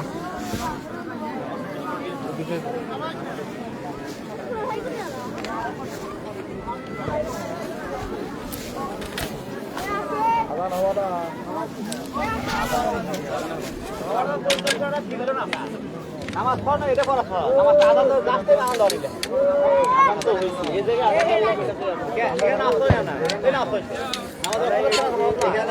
আমাদের আর কেবল শুরু যাত্রা আদরা কিন্তু করে তো হবে বাপ তো ইসলাম বলছে সব মসজিদে না আছে নামাজ সময় কথা হচ্ছে যেটা বলতে নাই কেন মোয়াজ্জিন করে দেন নামাজ সময় বন্ধ করে না একটা সময় কথা বলতে না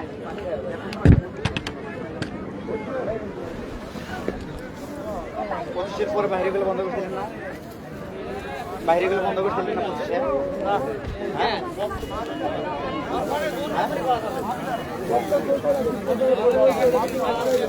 বন্ধ করছিলেন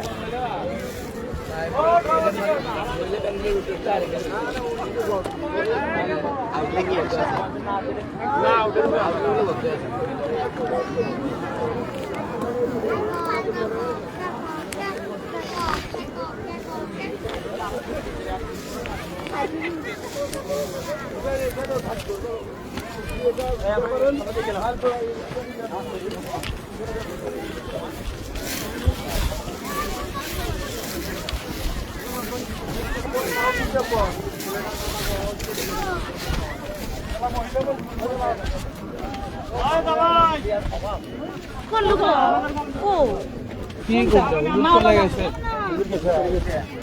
উদে যাচ্ছে উদে যাচ্ছে ওই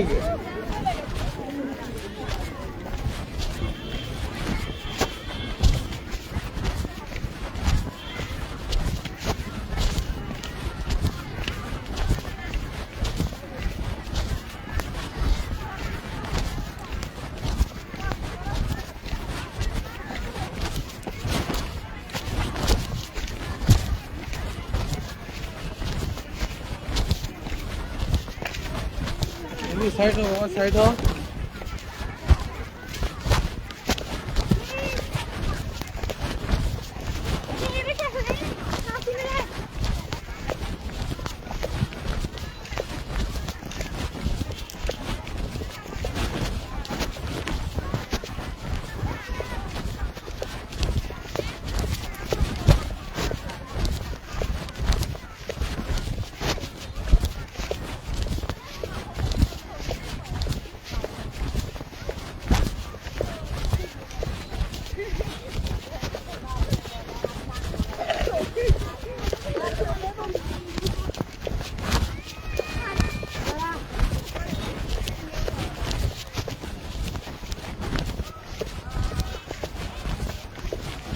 সাইড হন তো